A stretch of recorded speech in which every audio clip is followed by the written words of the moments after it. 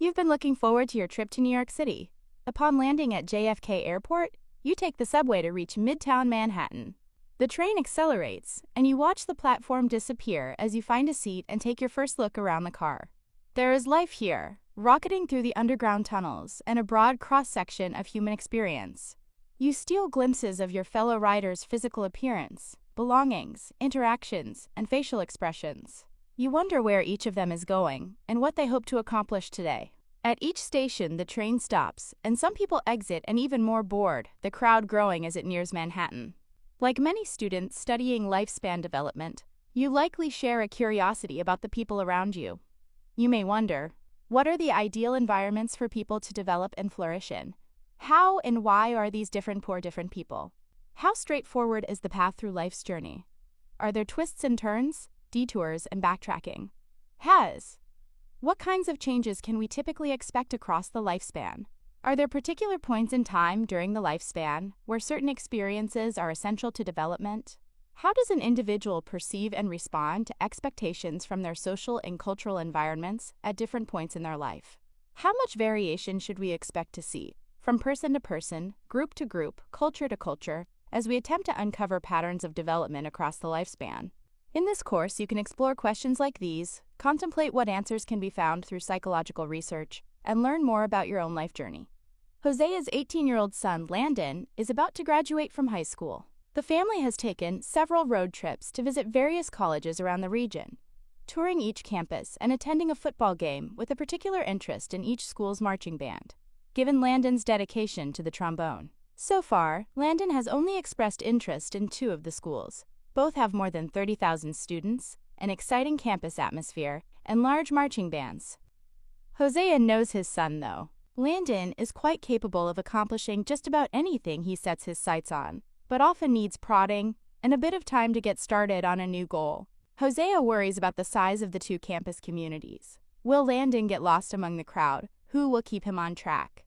And then there's the fact that Landon doesn't know what he wants to study. Hosea also wonders how his own role as a father will change and what the right level of support to provide his son will be. What will he do for a new exercise hobby now that Landon, his best disc golf partner, is moving farther away? All these thoughts flood Hosea's mind as he navigates the morning commute. Hosea is grappling with various worries and uncertainties related to Landon's impending graduation and transition to college. The study of lifespan development is focused on uncovering the psychological processes behind transitions like this. These processes help us to understand and explain an individual's situation and concerns at a moment in time, as well as in all humans across the entire arc of the lifespan. As we seek to identify those connections and commonalities, we also find differences based on the wide variety of individual experiences, environmental conditions, and cultural backgrounds that make up the varied tapestry of human experience. We begin our journey into lifespan developmental psychology by defining the field, including its scope and relationship to other areas of science, outlining the major questions the discipline is concerned with studying, and previewing the components of an individual's psychological development. Lifespan development as a field of study. In studying lifespan development, you'll encounter several related scientific areas, often referred to as fields or disciplines, that are sometimes discussed nearly interchangeably. Let's first situate lifespan psychology within the broader science of psychology, and then examine the meanings of the different terms for the field of study. Psychology. The scientific study of the mind and all the behavior it produces is psychology. That is a short and simple definition, but it covers nearly the entire range of human experience. It recognizes that the mind plays a central role in human functioning and is the origin of all behavior and the center of all our responses to our environment. Our mind, believed to be located within our brain, helps us to both shape and react to the world around us through our behavior. Behavior consists of physical, observable actions, things like riding a bike, cooking dinner, or texting a friend. Behavior is driven by affect and cognition, both of which are not always easily observable. Affect is a more precise term for emotional experience, which includes not only our own feelings and moods, but also the ability to discern or understand others' emotional states. Cognition is the scientific term describing all of our thinking abilities, such as memory, computation, imagination, and language. If you can think it, feel it, or do it, psychologists study it. In addition to its broad applicability in studying much of the human condition, Psychology is notable for how it bridges previously separate areas of intellectual inquiry. Founded as a scientific discipline in 1879 by Wilhelm Wundt in Germany, psychology was meant to apply the scientific method to the big questions of human experience that philosophers had pondered for thousands of years. For example, are humans fundamentally good or bad? Do our early life experiences dictate our destiny? What is the nature of love? Do humans have free will? And what is consciousness? For nearly 150 years, psychological science has attempted to objectively answer these and thousands of other questions. Along the way, more than a dozen major subfields in psychology have emerged, including clinical, social, cognitive, industrial organizational, health, and developmental psychology. Lifespan development and human development. The term lifespan development is another name for the subfield of developmental psychology. These terms describe the scientific study of growth, change, and stability in humans and the processes that underlie that growth and change, from conception until death, or colloquially, womb to tomb, figure 1.2. Growth most often refers to maturation, which is typically biological and includes, for example, all the changes in height, weight, and physical characteristics that the transition to adolescence brings. Maturation refers to growth in psychological characteristics as well, like the expansion of vocabulary and social skills that occurs throughout childhood. Lastly, it is important to recognize that change is nonlinear and can occur in both directions, whereas stability is characterized by an absence of pronounced change. Developmental psychologists look for patterns of stability and investigate the biological, psychological, and other mechanisms that create stability in our behavior across time. Stability can be further defined as the state in which characteristics and abilities remain the same or function similarly across broad portions of the lifespan. For example, a young child who is shy in social situations may also show signs of social inhibition as a teenager and adult, even making a career choice that allows them to work behind the scenes instead of being the focus of attention. As you will learn, the concepts of temperament and personality help us understand why the way someone approaches the world often remains consistent across the lifespan. Human development, closely related to lifespan development, is a perspective that incorporates a multidisciplinary approach to understanding the development process. In fact, some universities host academic departments separate from the psychology department that focus on human development. The main difference between the two is human development's emphasis on the broad scope of factors that influence development. Specialists in human development often engage with theories, perspectives, and findings from other disciplines such as anthropology, medicine, communications, history, economics, medicine, and law. The human development perspective helps remind us that human development is complex and is best understood using as many tools, perspectives, and levels of analysis as possible. The contemporary study of human growth, change, and stability across the lifespan has embraced this multidisciplinary perspective, whether it is called lifespan development or human development. The history of lifespan development. Perhaps surprisingly, while lifespan development is a subfield of psychology, scientific and philosophical inquiry into the nature of human development, especially of children, predates psychology's establishment as a formal scientific discipline. The child study movement, which united disciplines such as education, social work, and public policy to focus the scientific community's interest in child development, arose during the progressive era of the 1890s, shortly after psychology's founding, Siege and White, 1982. However, one of the earliest published scientific accounts of child development had appeared nearly 100 years earlier. This was the work of French physician Jean-Marc Gaspard Itard, who conducted a case study of a boy who had spent his childhood without human contact. The case of Victor, the wild boy of Aveyron, Itard, 1802-1821, continues to spark interest more than 2 centuries later. Through his work with Victor, Itard was able to begin exploring many of the fundamental questions that lifespan development concerns itself with today. So we can trace the field of lifespan development to at least the start of the 19th century in Europe. Older roots lead back to ancient Greece around 400 BCE. Socrates, Plato, Aristotle, and many other philosophers were fascinated with the same questions that contemporary developmental psychologists study. Today, we are fortunate to have a sophisticated set of science-based tools to help us uncover ever more precise answers. As a scientific field of inquiry, lifespan development asks several fundamental questions, most of which are related to the passage of time. Exploring what changes we expect to see, When those changes occur during the lifespan, and how they come about, is of central importance. Lifespan developmentalists are not content with simply describing and explaining human development across the lifespan, however. They want to make that knowledge applicable. Professionals from other fields, including medicine and healthcare, education, public policy, senior care, social work, the nonprofit sector, and even toy design, are also keenly interested in taking theory and research findings from developmental science and using them in everyday life. This highlights the scientific goal of application, the process of translating evidence-based research and ideas into practical solutions to influence and improve human life. Developmental psychology, as a scientific discipline, advocates for public policies and interventions to be based on evidence derived from scientific research. Dahl et al., 2018. For example, once developmental science made clear that the reasoning abilities of teenagers, including risk assessment and reward-seeking behavior, are heavily swayed by peers. Steinberg, 2014. Public policy agencies around the United States changed driving regulations to explicitly limit the number of non-familial teens who could be present in the car with a teenage driver, Figure 1.3. Does money really buy happiness? Think about the age-old question of whether money can buy happiness. Diener et al., 1993. Diener et al., 2004. At first glance, it seems like it should. If you had enough money, you could purchase the necessities of life, and then some, a nicer home, better means of transportation, or more leisure time or activities. One approach to answering this question is to study the relationship between income and subjective well-being, a personal sense of satisfaction and happiness, in various countries across the globe. Data consistently show that subjective well-being rises with income, e.g., Stevenson and Wolfers, 2013. At the same time, however, researchers found that above a certain level of income, roughly $90,000 USD per year, the relationship between income and subjective well-being leveled off. D'Ambrosio et al., 2020. Kahneman and Deaton, 2010. That is, a certain amount of money was necessary to satisfy wants and needs. But beyond that, earning more money began to have a diminishing influence.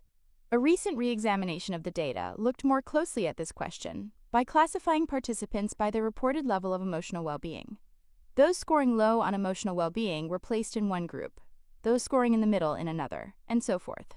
When examined this way, the findings revealed three main conclusions. First, for those with low reported emotional well-being, there is indeed a steady increase in happiness, with increasing income up to about $100,000 per year, and then a leveling off. Second, for those with a reported medium level of emotional well-being, the direct and proportional relationship between happiness and income continued across the entire income spectrum, meaning this group of individuals continued to get ever happier with increasing income. Finally, those individuals with high levels of emotional well-being showed an intensifying relationship between happiness and income after about $100,000 per year. In other words, happiness increased even more when earnings increased. Killingsworth et al., 2023. Psychologists point out that money is not the only factor related to subjective well-being.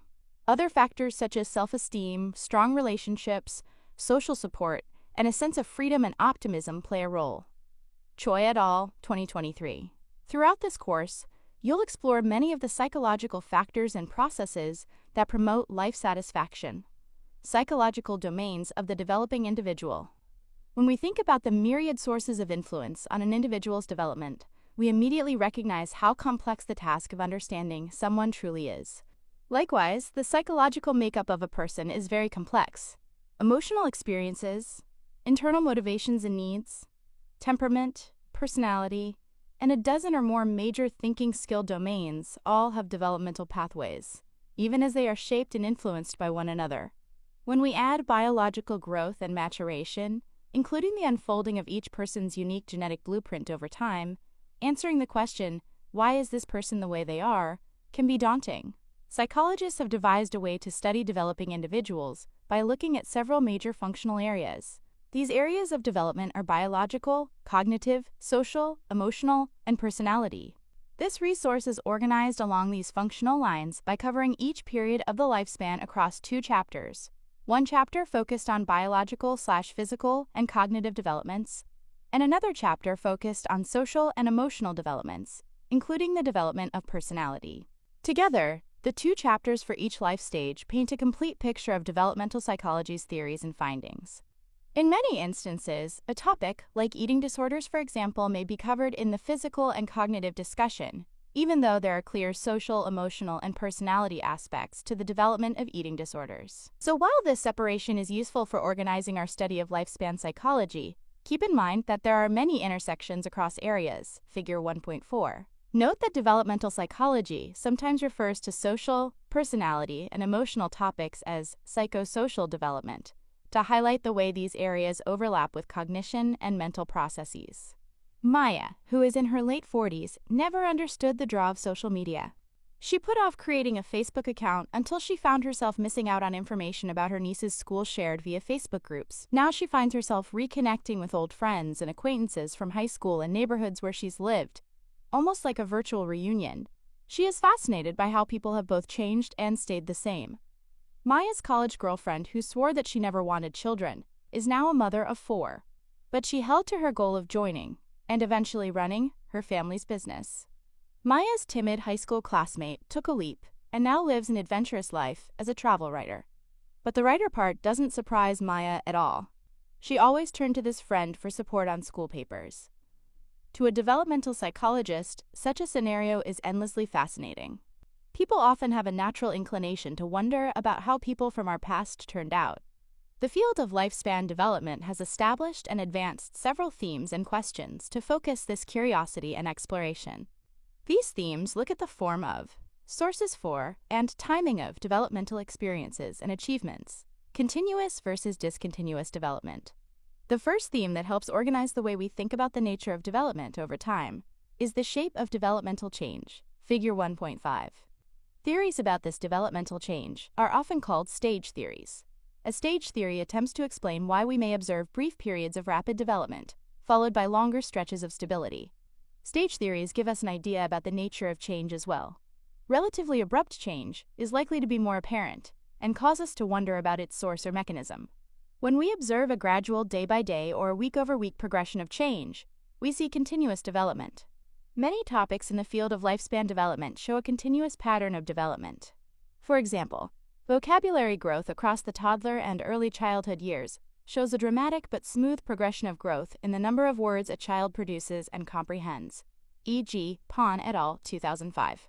However, early psychological theorists such as Jean Piaget and Erik Erikson, whose work you'll learn about throughout this course, noted that certain cognitive and personality characteristics seem to develop in intermittent fits and spurts, or stages.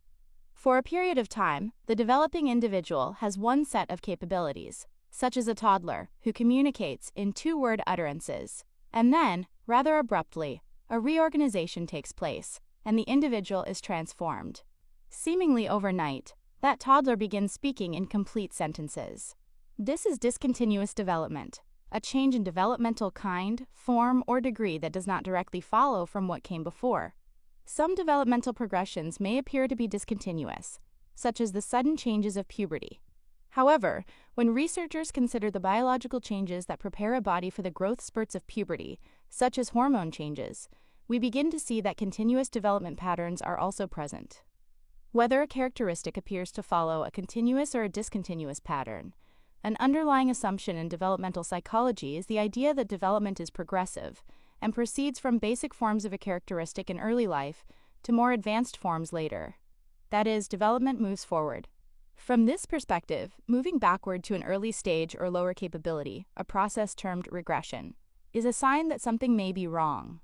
In order to promote early child development, major organizations like the United Nations International Children's Emergency Fund, UNICEF, and the World Health Organization, WHO, have made it a priority to educate caregivers about the importance of psychosocial development, Lucas et al., 2018. For example, poor nutrition can lead to delayed physical growth and poorer long-term health. However, interventions that provide nutrition supplementation in early childhood can help children catch up on physical growth and improve health outcomes, Lucas et al., 2018. Sources of developmental change. We now turn to the theme for which developmental psychology is best known, the relationship between nature and nurture. You may also hear this referred to as the nature versus nurture debate. Angoff, 1988. Suppose we observe a developmental change, such as a growth spurt in height, or a state of stability in an individual, such as having a consistent outgoing personality, and their genetic blueprint appears to be the reason for it. In that case, we argue that nature or biological forces are directing the changes or working to keep the characteristics consistent. On the other hand, if the impetus for change seems to come from outside the individual, whether it be a physical or a social aspect of the environment, such as engaging in a new hobby or growing up in a certain family dynamic, then we argue that nurture, the environment, is the reason. For most physical and psychological characteristics, the source for developmental change or stability is rarely nature or nurture alone. Instead, developmental psychologists focus on the complex and fascinating ways that nature and nurture combine and work together to direct change and stability across the lifespan. Figure 1.6. Heritability. Until a few decades ago, the field of psychology often explored the question of what caused developmental change by asking whether it was nature or nurture. Due to advances in the discipline's methodologies, findings, and theories, we now think in terms of nature and nurture, recognizing that most development has both genetic, nature, and environmental nurture influences. In fact, nearly every psychological characteristic is composed of a combination of biological genetic components and environmental influences. The amount of influence from genetics and environment varies depending on the characteristic. Today, psychologists work to discover exactly how much each source contributes. The extent to which the genetic component explains difference is called a heritability estimate. A good example of how nature and nurture both contribute is the timing of the onset of puberty. It is determined via the combined influence of nature and nurture, given that both biological determinants, nature like genes, and environmental elements, nurture like nutrition, can trigger its emergence. Closely related to our thinking about the relative contributions of nature and nurture is the concept of reaction range. Figure 1.7. This is the idea that our genes likely set upper and lower levels for particular traits, behaviors, and abilities, as well as how sensitive these are to environmental forces. One example to consider is general intelligence, Sternberg, 2012. While scientists have yet to fully identify the specific genes responsible for intelligence, we know it's not solely determined by genetics. Environmental factors are of equal importance. However, it's difficult to directly measure the impact of these environmental influences because researchers cannot ethically manipulate a child's upbringing to observe the effects on their intelligence. Although the application of reaction range to intelligence remains largely theoretical, it serves as a useful way to conceptualize the complex interplay of genetics and environment in human development. It reminds us that both nature and nurture contribute to who we become. Gene-environment correlations. Another way developmental psychologists try to discern the relative contributions of genetic and environmental influences is gene-environment correlation. Gene-environment correlation describes the complex interplay between our genes and the environments we experience. Price and Jaffe, 2008, and encompasses three main types: passive, evocative, and active. The passive type occurs when a child inherits genes from their parents that influence the environment in which they are raised. For example, parents who enjoy reading are more likely to read to their children regularly and have many books in the house. The evocative type explains how our genetically influenced behaviors can evoke reactions in others, shaping our environment in turn. For example, parents are more likely to take their child to the library if they notice the child enjoys reading. The active type refers to how our genetic tendencies guide us to select specific environments. For example, a child joins a book reading club at school because they have a passion for reading. Studies of twins and adopted children have shown that our genes play a role in shaping the environments we experience, highlighting that what seems like environmental influence may actually be partly due to our genetic makeup. Epigenetics. A breakthrough concept over the past few decades called epigenetics also explores the complexity of the nature and nurture question, as well as the level of sophistication in our current thinking about how best to answer it. The process of epigenetics explains how an individual's behaviors and environment can cause changes that affect the way their genes work. Smith et al., 2021. Biologists, neuroscientists, and psychologists alike now recognize that environmental influences can modify an individual's genetic expression. There is evidence that stressful environments can trigger a chemical tagging of someone's DNA. For example, trauma experienced in childhood like growing up in a highly stressful home environment, violence-ridden neighborhood, or a war zone, could make someone sensitized to and highly reactive to signs of conflict later in life. Gladish et al., 2022.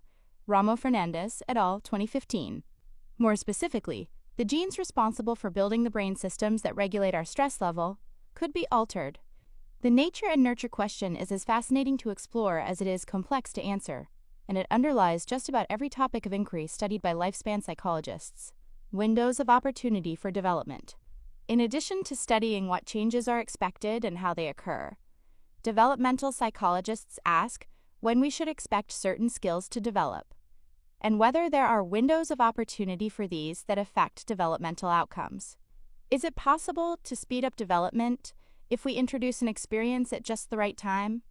Is it possible to hinder or even prevent the development of a particular ability or characteristic altogether, such as speech? What are the impacts of highly enriching environments? What are the impacts of being deprived of certain experiences, such as human contact? Scientists have learned that across nearly all psychological characteristics, humans are highly adaptable. They observe normative developmental outcomes, meaning those that are typical or expected, across a wide range of environmental conditions. Certainly, there are optimal environments for these developmental outcomes, but good outcomes occur even in suboptimal circumstances. This is central to resilience, an individual's capacity for and process of adapting well in the face of adversity, trauma, tragedy, threats, or even significant sources of stress. American Psychological Association, APA, 2014. It takes extreme deprivation to severely restrict a developing human's potential, as well as such deprivation occurring at specific developmental times. In other words, resilience is common, and lifespan development principles can be applied to increase the likelihood of resilience. A critical period is the developmental age range in which certain experiences are required for a psychological or physical ability to develop. Colombo et al., 2019. For example, it appears that exposure to human speech is necessary in the early years of life for typical language development.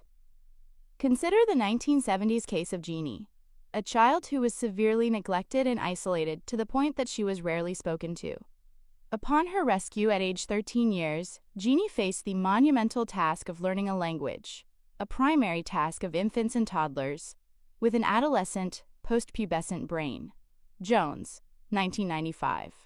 Jeannie became the subject of intense study and remediation efforts by doctors, speech pathologists, and psychologists. Fromkin et al., 1974. Despite her extreme early deprivation, she made many improvements in language comprehension and speech production. However, her development of language differed markedly from what is normative. For example, language production and comprehension happen in the left hemisphere of the brain for the vast majority of humans, but Jeannie showed processing of language in her right cerebral hemisphere. A sensitive period describes an age range during which the development of a characteristic is particularly amenable to inputs and influences from the environment. Colombo et al., 2019. For a critical period, certain experiences are necessary for normal development, whereas having certain experiences during a sensitive period makes an advantageous situation for ideal development. Pascalis, 2020. For example, a sports coach would want to know about normative periods for growth spurts in males and females, especially the typically wide variation around puberty. Not only could this awareness of timing help with training young athletes, but it could inform injury prevention practices. A faith-based youth leader working closely with a group of teenagers would want to understand that the adolescent period is a time of identity exploration and desire to fit in with peers, and plan activities accordingly. A social worker employed by an assisted living facility knows that residents might be concerned with life review and may develop a scrapbooking activity to support the process of reflection. Physical development, identity exploration, and reflections on past life can occur across the entire lifespan. What's notable across these three examples is that each takes on more importance at a different stage in life, when the opportunities for impact on development are greatest. That is the concept of the sensitive period. Variability and diversity of development. In this course, you'll learn about numerous theories, topics, and research findings based on the developmental experiences of many thousands of people. It is sometimes easy to confuse or conflate the broad results of studies with individual life histories. Scientific ideas about development represent statistical averages for developmental outcomes across many individuals. But every individual is unique and has their own life history. one that may show varying degrees of similarity to and deviation from the findings presented as normative in this discipline. For example, when you learn that two-word utterances typically appear around 18 months, a reader might recall, "Well, my child did this when they were 12 months old." The fact that this individual's development doesn't perfectly fit the finding doesn't invalidate the overall research. What's more important is the pattern or sequence from one-word utterances to two, and that this development occurs within a typical time frame, the midpoint of thousands of examples with a range of variations on either side. So while lifespan psychology attempts to uncover what is typical for all humans, psychologists recognize and allow for the inherent variability of a single individual's development. Variability in development can also occur on a cultural level. For example, research compared Dutch and Israeli parents and found cultural differences in how they promote their baby's motor development. Udgenoeg Paz et al., 2020. Israeli parents encouraged more tummy time, believing it helps babies develop faster. Dutch parents were not as likely to encourage their infants spend time laying on their tummies. Interestingly, the Israeli babies who got more tummy time and stimulation from their parents showed better crawling skills than the Dutch babies. This study highlights that different cultures have different approaches to parenting, and these choices can influence how babies develop. Shanae is in her late 20s and is several years into her career as a marketing consultant for a communications company. She finds life busy and fulfilling, and enjoys both the challenge of her job and the new city she lives in. However, she is concerned about her childhood friend, Georgia. Georgia visited Shanae last weekend, and the two went out to several dance clubs to meet up with some of Shanae's new friends. Amid all the fun, Georgia confided in Shanae that she wasn't happy with her current job, didn't know what career path she should pursue, and that her last relationship ended poorly. Sad and confused, Georgia seemed directionless and asked Shanae to give her advice. Shanae wants to help her friend, but doesn't know where to begin. All human beings are complex. As individuals, we are collections of thousands of traits, capabilities, roles, relationships, and behavioral tendencies. Each of those characteristics grows, changes, or shows remarkable stability over the course of a lifetime. And the developmental trajectory of each characteristic is itself influenced by dozens or even hundreds of genes, experiences, and gene-environment interactions. In short, humans are multidimensional and impacted by a multitude of influences. Because of this complexity, lifespan development employs many theoretical perspectives and relies on research methodologies from multiple scientific disciplines. This multi-perspective, multidisciplinary approach aims to give us a full and accurate understanding of human functioning. As you learn about some of the major theoretical perspectives or frameworks for understanding human behavior throughout the lifespan, there will be different perspectives to explain development and behavior. Instead of seeing these as contradicting each other, these varied perspectives can be considered together to enhance our understanding of how human behavior evolves over the lifespan. Even when two theories may seem diametrically opposed, there are often ways that they can be seen as complementary explanations of different areas of development. Psychosocial theory of development. Erik Erikson, Figure 1.8, was born in Germany in the early 20th century and became a teacher and psychoanalyst. He worked with psychoanalyst Anna Freud, as each practiced and strove to further Sigmund Freud's foundational theory of psychosexual development, which outlined a series of stages that children navigate in their personality development. When World War II approached, Erikson moved to the United States and spent time living with the Sioux in South Dakota. As a result of his training in psychoanalysis and his cultural experiences, he proposed a highly influential update to Sigmund Freud's theory. Erikson called this a psychosocial theory of development, which views human development as occurring in a discontinuous or stage-like fashion, as we resolve increasingly complex and age-graded challenges posed by the social environment. The theory highlights the way the developing mind, the psyche, is embedded within society, the social part of the theory's name, with an intricate back and forth between the changing demands and expectations of society and the mind's responsive transformation. Erikson's theory was the first to consider the entire lifespan. The 8 stages of life he outlined, Erikson, 1950-1963, now form one of the organizing frameworks for the study of lifespan development. In Erikson's view, as an individual enters each successive period of the lifespan, society presents a new challenge, called a psychosocial crisis, for the developing individual to work on, Table 1.1. For example, a toddler, aged 1 to 3 years, is learning to operate independently, which allows them physical independence from their caregivers. Successfully mastering this crisis results in the toddler having autonomy. Society, as represented by parents and other caregivers, has a vested interest in keeping the child safe during this early phase of life. Erikson called this struggle or tension between the child and society's expectations the autonomy versus shame/doubt stage. The child spends 18 to 24 months working to gain a basic sense of self-control while negotiating this achievement with their caregivers. In this way, Erikson proposed that personality development is an interactive process between an individual and society. Each stage affords the opportunity to achieve another level of psychosocial mastery, beginning with trust in our first year and culminating in a sense of integrity. Cognitive perspectives. The cognitive perspective in developmental psychology emphasizes the study of mental processes and how they change over time. Key figures in this area include Jean Piaget, known for the stage theory of cognitive development, Lev Vygotsky, who emphasized the role of social interaction in cognitive development, and information processing theorists who examine how the mind processes information like a computer. Stage theory of cognitive development. Swiss biologist Jean Piaget is famous for contributing theories regarding changes in cognitive ability that occur as we move from infancy to adulthood. He spent his early years as a scientist studying various animals. He then worked on creating some of the earliest measures of intelligence. As he was writing test items, he interviewed children and asked them to explain the thought process behind their answers to sample questions. One of Piaget's early insights was to focus on the children's incorrect answers because they provided a window into their reasoning abilities.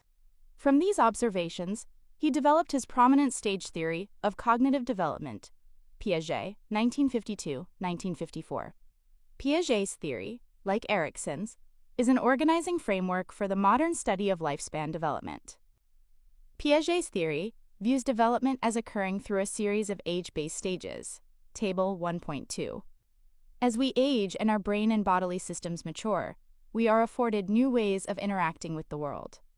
The combination of these new physical and sensory capabilities with the new experiences the environment offers drives the development of thinking abilities that are acquired across the first 20 years or so of life. Along the way, individuals are active participants in their own development, testing out ideas and capabilities in the world and formulating a coherent sense of how the world works. Piaget's emphasis on the active nature of learning and development, his focus on the reasoning behind wrong answers, and his delineation of the psychological processes occurring in cognitive development made for a groundbreaking theory. Sociocultural theory of cognitive development. Russian psychologist Lev Vygotsky explored learning and cognitive development in children during the early 20th century and demonstrated how important social interaction is for learning and growing.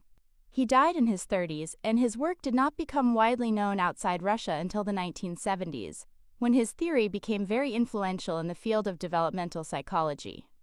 Vygotsky, 1978-1998, proposed a sociocultural theory of cognitive development, emphasizing that thinking abilities are embedded within an individual's social and cultural context.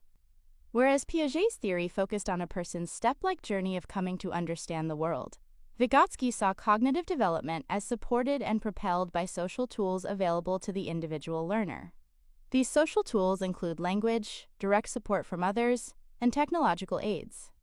Vygotsky, then, was among the first to recognize that language guides cognition and gives shape to ideas that can be readily communicated with others through words. One such example is private speech, whereby the learner may use words to audibly, or not, keep themselves on track during a difficult problem-solving session. If you've ever rehearsed a list of grocery items out loud while you searched for a place to record them, you've used language in such a way.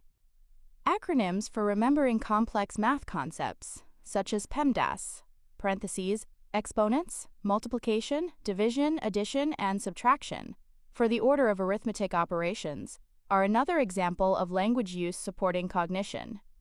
The application of various forms of technology, another social tool, can allow an individual to perform complex tasks more easily than by relying on brainpower alone.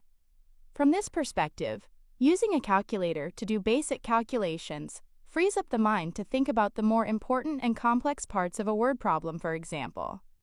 Word processing programs and apps that autocorrect spelling and grammar support thinking by allowing the writer to focus on the ideas of their message instead of on the mechanics of writing. Vygotsky is best known for championing social supports in propelling cognitive development and educational achievement. His notion of the zone of proximal development, ZPD, states that all of us are capable of thinking and achieving at a higher level than we may realize.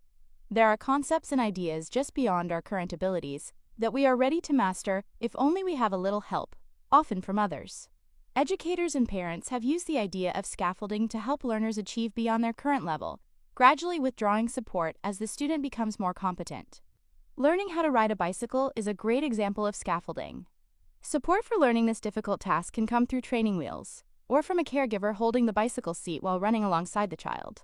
As the child gains a sense of balance and masters the mechanics of pedaling and steering, the training wheels become less necessary and are eventually removed, and the caregiver lets go of the seat.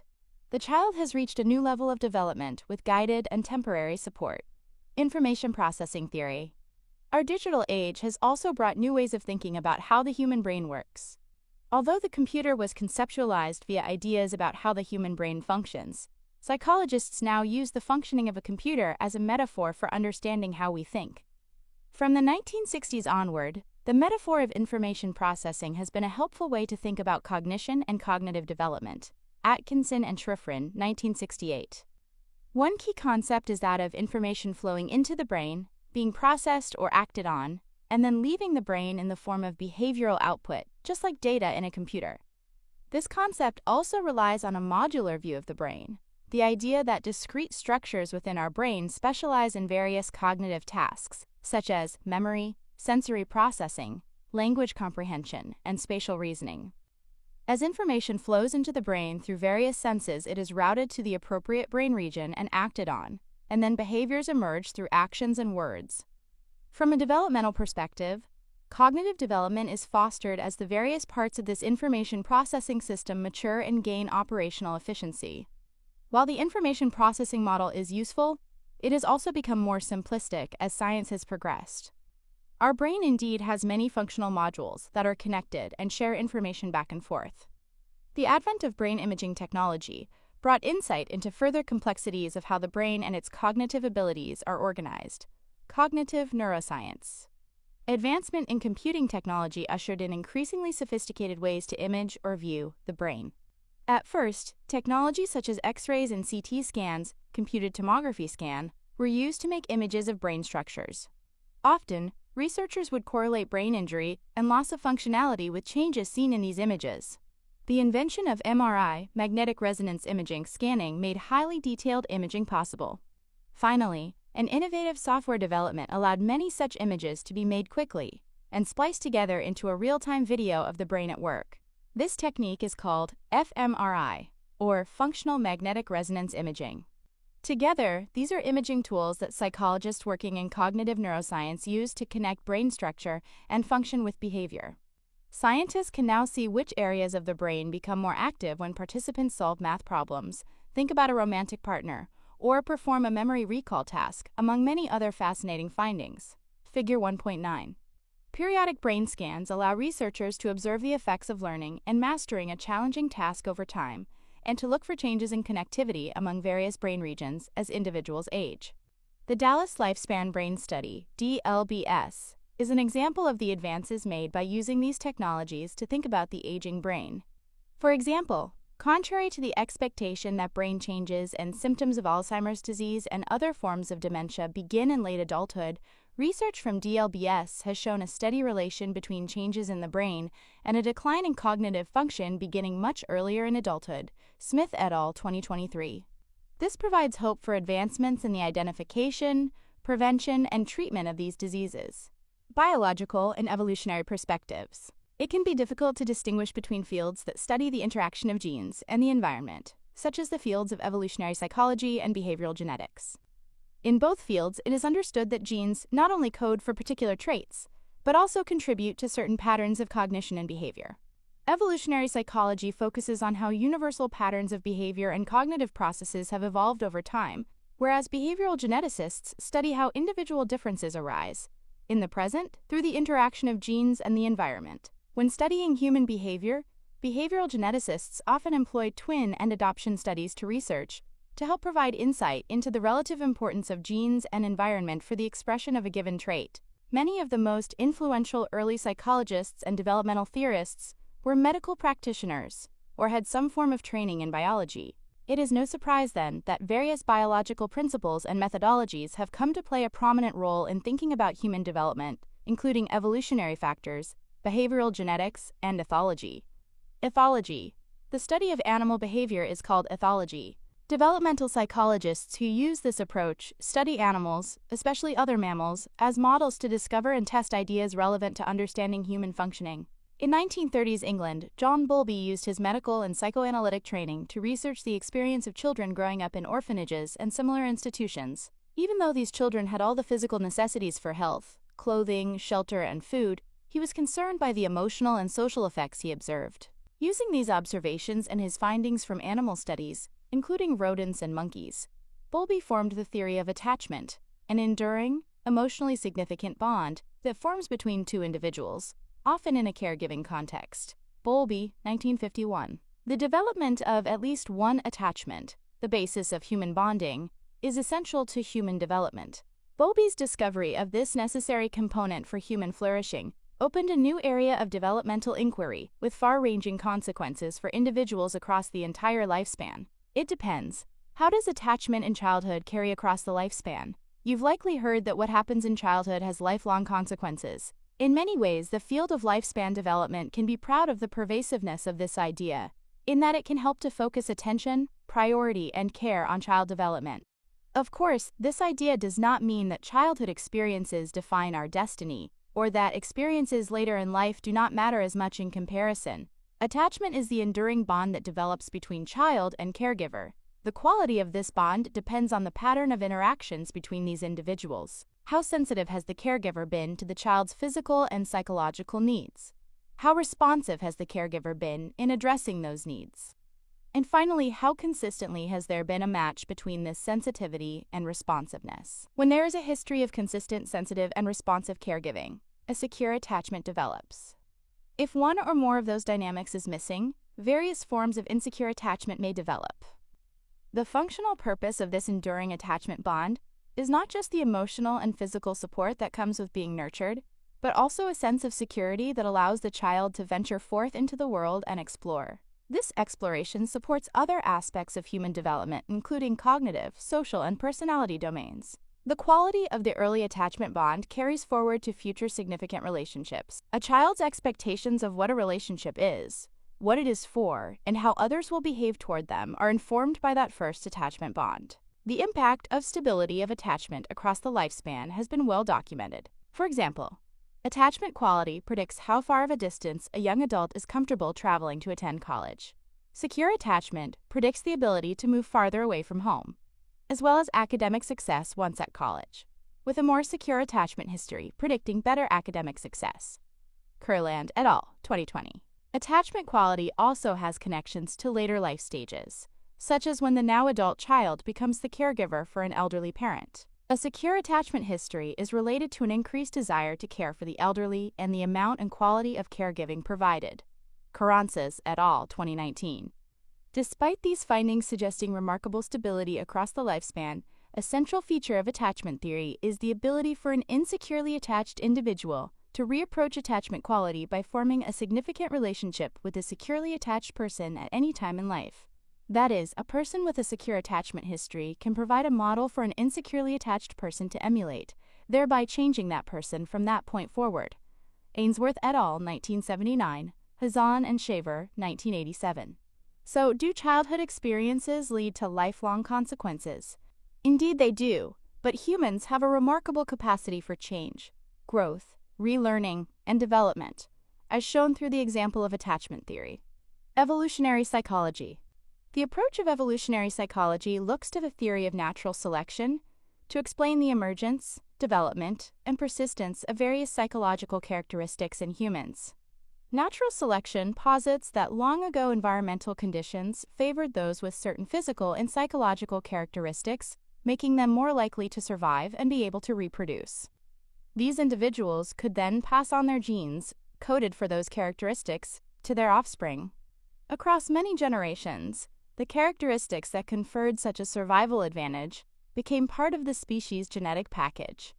Examples of human functioning that have been studied from an evolutionary perspective include aggression and prosocial, helping behavior, mating preferences, attachment, wisdom, the timing of puberty, and sleep patterns, among many others. Behavioral genetics, the field of inquiry that most directly explores the intersection between nature and nurture, is called behavioral genetics. Research in this area helps to explain how much variation in a psychological characteristic is due to genetic differences among individuals, which will shape the kinds of interventions and other applications science can offer. To measure the heritability estimate for a given psychological characteristic, researchers frequently use a kinship study, which examines how genetic and environmental similarities between individuals relate to differences in their traits or behaviors. In twin studies, a type of kinship study, the correspondence between the genetic relatedness of twins specifically, both identical and fraternal, and resulting psychological characteristics are examined. Figure 1.10. Kinship studies allow psychologists to take advantage of naturally occurring variations in the genetic similarities among individuals, and compare that information with what we know about the degree of similarity or dissimilarity in the same individual's environments. For example, we know that identical twins who grow up together share close to 100% of their genes, but also have a high degree of overlap in their upbringing. Fraternal twins, like any non-identical set of siblings, share approximately 50% of their genes, and have considerably more environmental overlap than non-twin typical siblings, who may be born years apart and grow up in different stages or versions of the same household. Studies that observe family members in these contexts allow scientists to discern the relative contributions of genes and environment to the development of psychological characteristics. Behaviorist perspectives. For much of psychology's early history as a scientific discipline, the behaviorist perspective dominated thinking about how an individual's characteristics develop and change over time. This perspective, also known as learning theory, focuses on an environment's role in influencing behavior and behavioral change. When we think of language development, for instance, it is easy to be amazed by the rapid rate of growth in a child's vocabulary size, complexity of sentences, and skill in communication. It may seem that language development happens suddenly and naturally. Upon further examination, however, and with using the learning theories that make up the behaviorist perspective, we can see a tremendous amount of environmental influence working to build and shape the child's acquisition of language. Foundational research into these areas includes the development of theories about classical conditioning, operant conditioning, and observational learning. Classical conditioning. Early in psychology's history as a science, Russian physiologist Ivan Pavlov accidentally uncovered the principles that came to be known as classical conditioning. While studying the digestive system of dogs, Pavlov noticed that his experimental subjects, dogs, would often salivate even when he hadn't produced the meat powder that was meant to trigger their salivation. The dogs had come to associate the sound of a bell, which signaled the start of each experimental trial, with impending food, and thus they would salivate when they heard the bell, even without the meat powder. Pavlov became curious about this, and soon discovered the principles of classical conditioning. In classical conditioning, a neutral or meaningless stimulus, in the case of Pavlov's dogs the sound of the bell, takes on the same meaning for the learner as the natural stimulus with which it is accidentally or intentionally paired, in this case the meat powder. As a result, the previously neutral stimulus then produces the same behavioral outcome as the natural stimulus. The natural stimulus, which has inherent meaning like the smell of food, is called an unconditioned stimulus, while the once neutral trigger is called a conditioned stimulus, because the learner has become conditioned to respond to it. Figure 1.11. This type of learning is a form of associative learning, in which the repeated presentation of two stimuli results in linking them, making their meanings synonymous. A language learner's vocabulary can be built this way. Smith and U, 2008. For example, a toddler is presented with an apple, and at the same time hears the word apple. It doesn't take many repetitions before the child associates the object apple with the word label apple. Operant conditioning. B.F. Skinner uncovered fundamental principles of learning theory in the early 20th century. Skinner, 1938-1961. Skinner's studies built on Thorndike's law of effect, the philosophical idea that the consequences of an action tend to alter the frequency of the action. Thorndike, 1911. From this came the understanding of operant conditioning, the theory of learning that outlines how feedback from the environment shapes an individual's behavior. Essentially, Skinner's theory explains how behaviors are strengthened or weakened according to their consequences. According to Skinner's operant conditioning theory, learning starts with an individual performing a behavior. The environment can then provide encouraging feedback called reinforcement, discouraging feedback in the form of punishment, or a neutral response, including ignoring the behavior. Given positive or negative feedback, the individual learns the value of the behavior and typically modifies its frequency. The practice of shaping gradually builds complex behaviors by rewarding actions that get closer and closer to the desired outcome. For example, in the case of language development, when a caregiver holds up an apple and a toddler says, "Appa," the caregiver may exclaim excitedly, "Yes, an apple." The next week, though, the caregiver might respond with less enthusiasm and instead repeat, "Apple, AAA pull." Only when the child responds with the more accurate AHPUL would the caregiver give the same enthusiastic praise as before. In this way, speech can be built and shaped over time. Notice the role of rich and varied environmental feedback in producing this type of learning. Observational learning. Albert Bandura studied the principles of observational learning that explain how learning can occur through the social act of observing others who are themselves learning. Bandura, 1961. Among Bandura's contributions are two noteworthy insights to our understanding of human development and learning. First, his work recognized that humans are social animals. We live, learn, and develop within the presence of others, and we are influenced by and influence one another. Second, he demonstrated that the processes of classical conditioning and operant conditioning can guide learning. When we observe others' actions and the consequences of those actions, we learn too.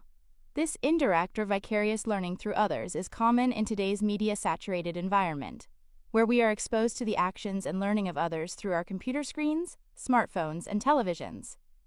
Figure 1.12. Long-running educational television shows like Sesame Street and Dora the Explorer provide abundant opportunities for a child viewer to learn language, for instance, by observing others' language learning. The theories and principles that together make up the behaviorist perspective offer a powerful set of explanations for the development of complex behaviors, capabilities, and characteristics, such as language and personality, especially in response to environmental feedback. Developmental assets approach. In thinking about lifespan development, what specific developmental outcomes should we seek to foster in the developing individual? The theories of Piaget and Erikson, for example, identify the highest levels of development in cognition and personality as desirable achievements along life's journey, especially by the time adulthood is reached. A group of developmental psychologists at the Search Institute have surveyed the large body of developmental findings and outlined 40 qualities that should be nurtured during youth. These qualities are called developmental assets. 20 of these developmental assets are internal to the person, such as psychological qualities like self-esteem and a sense of purpose. The other 20 assets are external, resources like a caring educational environment and positive family communication that are found in particular social connections and the broader community. A sample listing of these assets is found in Table 1.3. These assets provide an inventory of developmental goals whose achievement can be assessed at various points in life. But they also serve as a set of value statements for those concerned with developing healthy and well-functioning individuals in our society. Research validating the assets has shown the benefits of this inventory approach. A large-scale survey of more than 100,000 youth in the United States revealed that individuals in grades 6 through 12 possessed, on average, 20 of the assets. Peckel et al., 2015, Rilkepartain, 2015. The most common, held by more than 70% of the survey respondents, were integrity, achievement motivation, family support, positive peer influence, and a favorable view of their future. The least common, attained by 25% or fewer, were living in a community that values youth, reading for pleasure, and having creative activities to pursue. Developing and possessing these assets makes a difference. The more assets an individual has acquired, the more likely they are to succeed in school, help others, value diversity, resist danger, and overcome adversity. In short, the more assets one possesses, the more likely the individual is to thrive. Individuals with fewer assets are more likely to engage in risky behaviors, including drug and alcohol misuse and school truancy. Surveys like this allow us to measure our performance as a community in supporting the development of healthy and well-adjusted individuals. Chloe is a public health official working for the local government. They have been preparing a new program that will provide 1 year of comprehensive nutritional analysis and dietary recommendations for hundreds of older adults in the region. Participants will also receive 5 healthy meals per week delivered to them. Chloe has a relatively large grant to pay for this program and all its benefits, and they want it to help as many people as possible. They wonder how best to increase awareness and participation. They also worry that after the program ends in a year, participants won't be able to continue with the recommended nutritional guidelines. Chloe knows they can't make the program a success all on their own. Support will be needed from partners in the community, ranging from government and nonprofit agencies to faith-based organizations, local media, and volunteers who work in area businesses. The program's success depends on Chloe's ability to take full advantage of the village, or the social system the older adults live within. Chloe's task isn't just about creating a good program, but also about understanding the complex social world of older adults. To really help, Chloe needs to see how different parts of these older adults' lives, like family, friends, and community services, all work together. In considering the many theoretical perspectives in psychology, one stands out as closest to providing an overall framework for understanding the full complexity of human development within larger contexts like these. Urie Bronfenbrenner's ecological systems model is based on mapping out the interactions between developing individuals and various environmental influences. Bronfenbrenner, 1977. Developed in the late 1970s, this work was based on insights Bronfenbrenner had gained in the previous decade as a co-founder of the U.S. Head Start program, a groundbreaking interdisciplinary approach to aiding children through education-focused childcare, nutrition services, and parenting classes for caregivers. That federal program, which still assists millions of children today, contained many of the basic elements of Bronfenbrenner's proposed focus on the social ecology of human development. Ecological systems model. As you're aware, human development is complex. Bronfenbrenner's original ecological systems model helps to rein in that complexity by providing a framework for understanding the various sources of influence on an individual's development. Bronfenbrenner, 1977. This map of the social and physical context for development can integrate the major contextual influences the field of lifespan psychology focuses on in one model or diagram.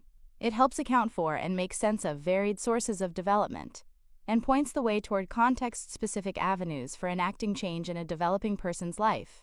For example, if we want to ensure every young person has a sense of purpose, the ecological systems model shows a variety of contexts where we can begin to build programming and other types of interactions to develop that sense. In this case, their purpose could include a series of curricular interventions at school, followed by community events at the county's recreation center, a media campaign on local television, and outreach to pediatricians' offices.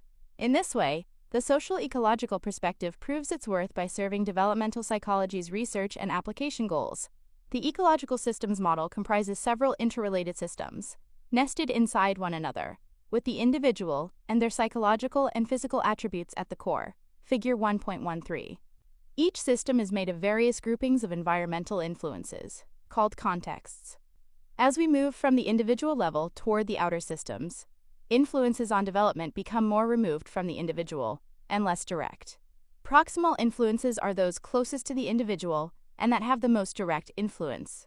The individual at the core of the ecological systems model includes all past and current psychological and physical functioning, including genetic influences. The developing person is active in this model by participating in and interacting within and among the variety of social contexts represented in each surrounding circle, such as school, peer group, healthcare system, home environment, media, and community. Traditionally, much research in developmental psychology has focused on understanding how development occurs within these different contexts. For example, an entire subfield of psychology called educational psychology has the purpose of uncovering the psychological principles and schooling practices that foster academic achievement and personal development. El-Zaatari and Malouf, 2022. What Bronfenbrenner's model does is help us see that a child interacts, sometimes daily, sometimes on longer time frames, within many such social contexts.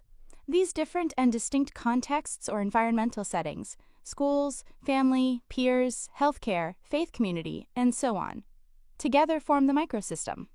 If a developing individual directly experiences something, that is a part of their microsystem. Parents, siblings, peers, teachers, extended family members, adult mentors, and healthcare professionals are all actors within a child's microsystem. The mesosystem in Bronfenbrenner's model consists of interactions between the microsystems. These mesosystem contexts don't directly involve the developing individual. An example is parent-teacher communication, such as a parent-teacher-only conference. When elements from separate microsystem contexts, such as school and home, interact with one another, the individual is affected, though indirectly. The child will not be at the conference, but will certainly become aware of any follow-up a parent or teacher may put in place. When a concerned neighbor calls a young adult's parents about their driving habits, this is another example of the mesosystem in action. And in some U.S. states, the Driver's License Bureau can share data with the local Board of Elections in order to register drivers to vote. Another example of two different settings communicating for the benefit of the individual. The next level outward, the exosystem, is also made up of social and physical settings or contexts that affect the developing individual indirectly, but they are even further removed from the person's immediate experience or even knowledge.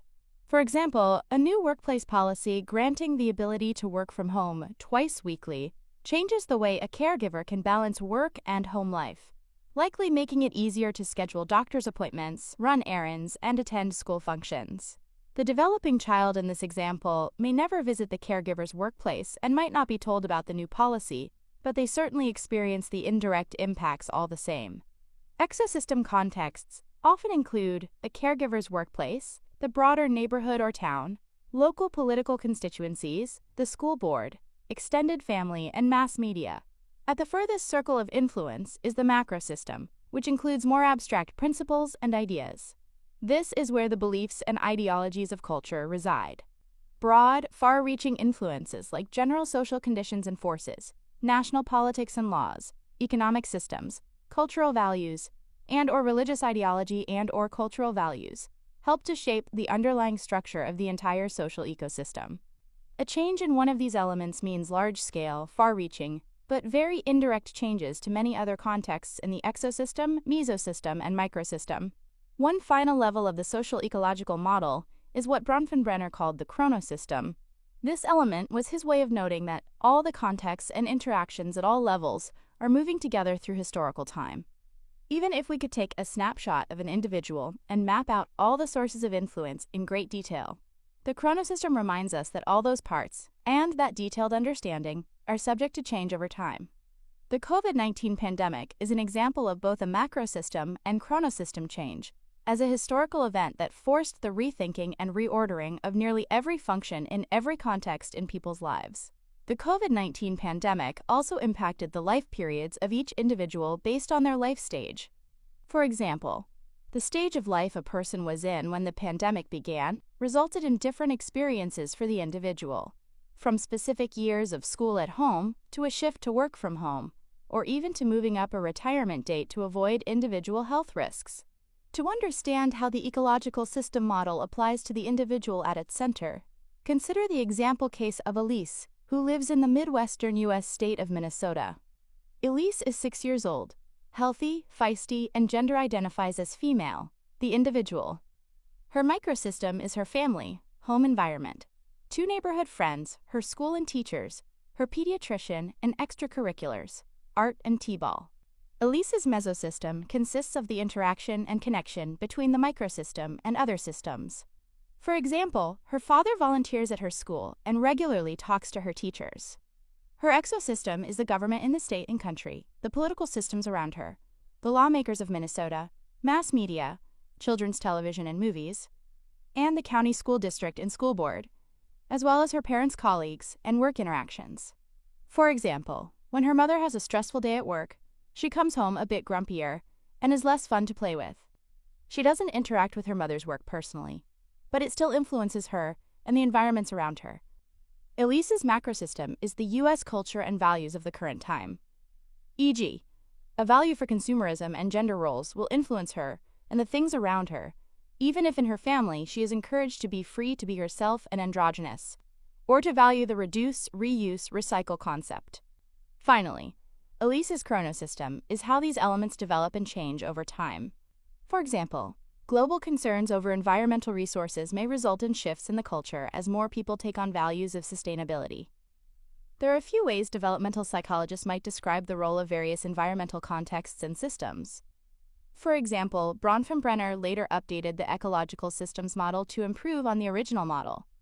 The updated model is often referred to as the bioecological model, an expansion of the ecological systems model that includes the representation of the active individual human at the center of the model and engagement and growth across all the contextual layers. Tong and Ann, 2024.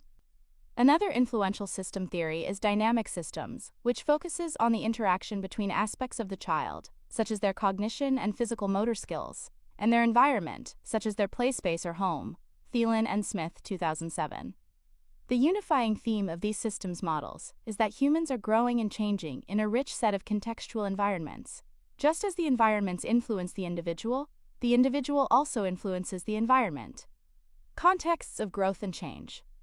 In the study of psychology across the lifespan, microsystem contexts help to place development within major influential settings. In many cases, a context becomes a source of its own unique set of influences. Schooling, for example, is a major portion of most children's day and presents its own forces and situations that shape an individual's development. You'll learn about these contexts, like schools, parents, peers, media, legal settings, and healthcare settings, were especially relevant to understanding unique sources and mechanisms of influence on development, and to identify specific opportunities and challenges facing those who wish to apply developmental science within these settings. Some of the questions and issues you'll explore in this course include the following. What is the best way to structure the school day in terms of start times? Should students be grouped by similar ability level or across levels? At what age is an individual ready to participate in medical decision-making? Are there ways to prevent bullying behavior? How much screen time is unhealthy for development? What laws and policies can best support work-life balance? How best can we support successful retirement planning? Bully, historical and cohort contexts. Ahmed was born in 1978 and is a member of Generation X, the name often given to the group of individuals born approximately between 1965 and 1980. Members of this age cohort, you may have heard this termed generation, grew up without computers in their homes, but likely were exposed to computers in their K-12 or college education. The internet emerged in the mid-1990s when this group entered young adulthood. Social media became available as this age cohort approached middle adulthood. The chronosystem is the basis for the notion of a cohort effect, the influence of a shared or common experience on people who are about the same age at the same time. Figure 1.14. Like the members of other cohorts, Gen Xers likely share the experience of many historical events, cultural milestones, and technological innovations, such as the dissolution of the Soviet Union and the cultural explosion of music videos. Most importantly, they were in roughly the same age range during these experiences, making them members of a generational cohort who share similar psychological consequences of these events. For example, Gen Xers have been referred to as digital immigrants, whereas individuals born after 1980, the age cohort sometimes called millennial, are considered digital natives. People in these different generational cohorts tend to have different comfort levels, with new uses for digital technology. One study found that individuals in the older cohort were willing to adopt tap payment systems in stores and restaurants, but weighed the risks and convenience factors more carefully than those born more recently. Agardi et al., 2022. Thus, age, history, and society combine to provide groups of individuals with shared experiences that may affect a variety of issues related to psychological functioning across the lifespan, such as having shared anxiety about the threat of nuclear war, Gen X, or being more open to sharing many aspects of their lives with strangers on the internet. Age cohorts raised during the rise of smartphones and social media. However, it is important to remember that not all group members share all these experiences, and age cohorts are often 12 to 15 years in range, making for a varied degree of impact of cohort effects. Pew Research Center, 2023a. For example, some from the Gen Z cohort, born after 1996, who were born in 1997, likely have different experiences with smartphones and the age at which they got their first smartphone, compared to Gen Z members, born in 2007, around the same time that smartphones were becoming widely available to many. Nevertheless, cohort effects, as part of Bronfenbrenner's chronosystem, remind us that the world is ever-changing. It is also important to keep in mind that the term cohort often more accurately describes a group's shared experiences than the term generation, which can sometimes result in stereotyping a group according to their age. Individual differences in things like cultural experiences, economic resources, and where you live can mean that two individuals who share the same year of birth have very different experiences. For example, a child growing up in a family with more financial resources and/or parents who value staying connected may receive a smartphone while they are in elementary school, while a child growing up in a family with fewer financial resources and/or parents who pay close attention to tech time might not have their first smartphone until they are in their mid to late teens.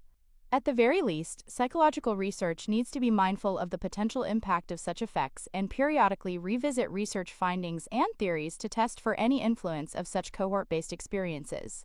Identity, social, and cultural contexts. Research findings in psychology are often broken down by social or cultural subgroups of particular interest or identification. These include biological sex, gender, race and ethnicity, religious beliefs, socioeconomic status, and cultural influences, among others. When developmental psychologists use these terms, they do so with the specific meanings they carry in psychology. These contexts are all important to the overall process of human development and our understanding of it. Sex, gender, and sexual orientation are key components of human development and are distinctive terms. National Academies of Sciences, Engineering, and Medicine, 2022. An individual's sex is assigned at birth based on their biological anatomy and physiology, such as chromosomes. People may be assigned female, male, or intersex. An individual's sex should not be confused with their gender, which describes society's ideas about the roles, attitudes, and behaviors associated with someone's sex assignment. For example, being born with a penis results in being assigned to sex male. Exhibiting behaviors such as participating in rough sports or suppressing emotions results in being associated with the gender male in cultures where those behaviors are associated with masculinity. Some people, researchers, and advocates aim to separate descriptors of sex, female and male, from those of gender, girl, woman, boy, man, non-binary, and so on. While it is best to be as precise as possible, this practice is not universal and may be complicated when both sex and gender are involved in a topic or outcome. As a result, many studies or documents use sex and gender terms interchangeably. The way a culture decides whether a characteristic or behavior is associated with a gender can also change over time. For example, in the United States, the color blue is often associated with baby boys. However, if you look to popular trends before the 1940s, pink was associated with boys, and blue was associated with girls. Maglady, 2011. Someone's psychological sense of their gender is their gender identity and reflects ideas about femininity, masculinity, non-binary characteristics, and other dimensions of gender.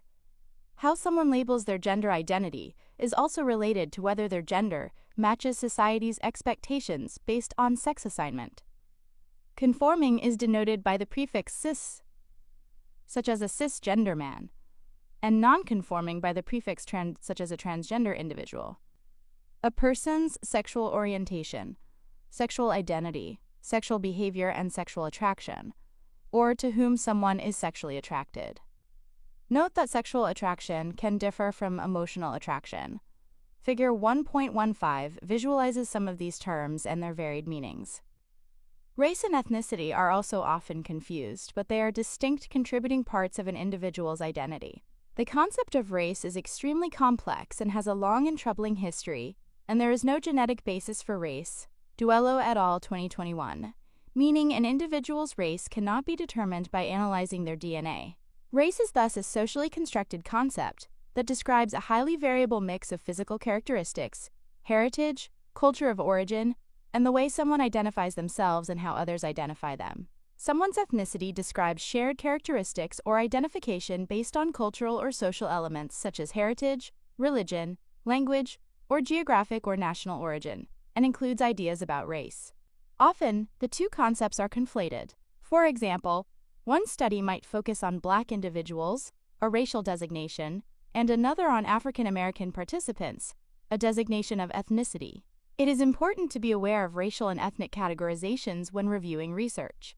Ethnicity is often best described as accurately as possible and in a way that respects how that group or person identifies.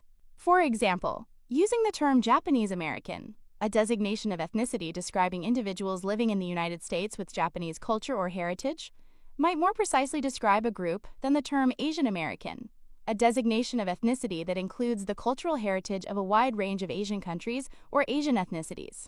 In most cases, the psychological processes of interest in any comparison are more closely related to the cultural and/or national heritage of the participants, Irizarry et al. 2023, than to race. The reason is that heritage includes many behaviors, attitudes, and practices that are the likely mechanism of influence for any psychological findings. For this reason, we also use the term ethno-racial for findings that focus on ethnicity as the primary variable, but also acknowledge the social construction of race. Generally speaking, socioeconomic status, SES, is a description of someone's social standing. It has three main components: income level, educational attainment, the highest level of formal schooling reached, and occupational prestige. As an example, for many mid-career cardiologists, income level is moderate to high, educational attainment is the highest, and occupational prestige is high, resulting in a middle to upper middle SES position in society. In contrast, a college professor raising two children on one income may be described as having a low to moderate income, with educational attainment at the highest, and a moderate to high occupational prestige. For identifying the SES of children and adolescents, researchers use parental information about the three elements: an individual's religious or spiritual beliefs and practices, and those that surround them, also play an important role in development across the lifespan. A religion is a formal system of beliefs, values, and practices organized around the worship of a higher beings or powers. According to a 2022 Gallup poll, 2/3 of the world's population belong to a religion. The term religiosity refers specifically to religious behaviors such as praying, giving money to a place of worship or religious organization, and being active within a religious community. It is possible to identify as belonging to a religion but to be low in religiosity. The term spirituality refers to an individual's search for the sacred. This search can vary across a spectrum, from belonging to an organized religion to being very personal and private. Almost a quarter of U.S. adults, 22%, consider themselves spiritual but not religious. Alper et al., 2023. One way to think about the relationship among these three concepts is that religion is part of your social identity. Religiosity describes your behaviors within that social group, and spirituality is what you experience on a psychological level. The term culture is often used interchangeably with nation or society, but it is broader than either, and often refers to the shared characteristics of populations that cross national boundaries. Sometimes, a culture might also overlap with a religious group. For example, a person may describe themselves as part of the Jewish culture, and may or may not also identify with Judaism as a religion. It's important to note that in many instances, these terms may overlap each other. Others may be drawn toward both, valuing the different aspects of cultural and/or religious Judaism, so these terms are often not clearly distinct from one another. Culture also include informal institutions, rules, and practices. Veganism, for example, is a culture. Similarly, the college you attend has its own college culture. A society, in contrast, is a recognized group of people who live within a formal system of rules and institutions like a government and school systems. The Navajo Nation is an example of a society, though many members may identify themselves as part of the Dene culture. In a review analyzing the many uses of the word culture, Cohen, 2009, outlined three main concepts of its psychological definition. Culture includes a set of adaptations to the physical and social world, a set of practices, behaviors, rules, norms, and ways of being that help members of that culture navigate the challenges and opportunities of life. These adaptations have meanings shared by members of the culture. These shared adaptations are passed from generation to generation, thereby ensuring the culture persists over time. A culture can have many members or just a few, if these three elements are present. Each of us is likely a member of many different cultures, some more important or central to our sense of self than others. For example, you may be part of Southern California culture, American culture broadly, Mexican American culture, and Generation Z culture simultaneously. These overlapping cultural groups contribute to your unique identity. Generalizability. Lifespan developmental psychology is a broad discipline. It is not only a subfield of the scientific study of psychology, it also often incorporates perspectives and research findings from across a variety of disciplines, including anthropology, neuroscience, biology, sociology, economics, and history. As the world gets smaller and more interconnected via travel, migration, trade, and communication technologies, the biggest challenge the discipline faces is assessing the generalizability of its findings. In short, to what extent do the theories, research methods, and findings apply universally, that is, to all people in all societies around the world? In the last decade, psychology has been challenged to address the universality of its findings. A landmark article by Henrich et al., 2010, highlighted that much of the research on which psychology is based is weird. The acronym describes the people researchers have often studied.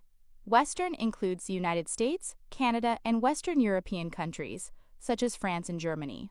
Educated includes those who have gone to college. Industrialized includes countries with infrastructures and advanced technology. Rich includes those who have enough money to have a higher standard of living. Democratic includes political systems based on elected representation and individual rights.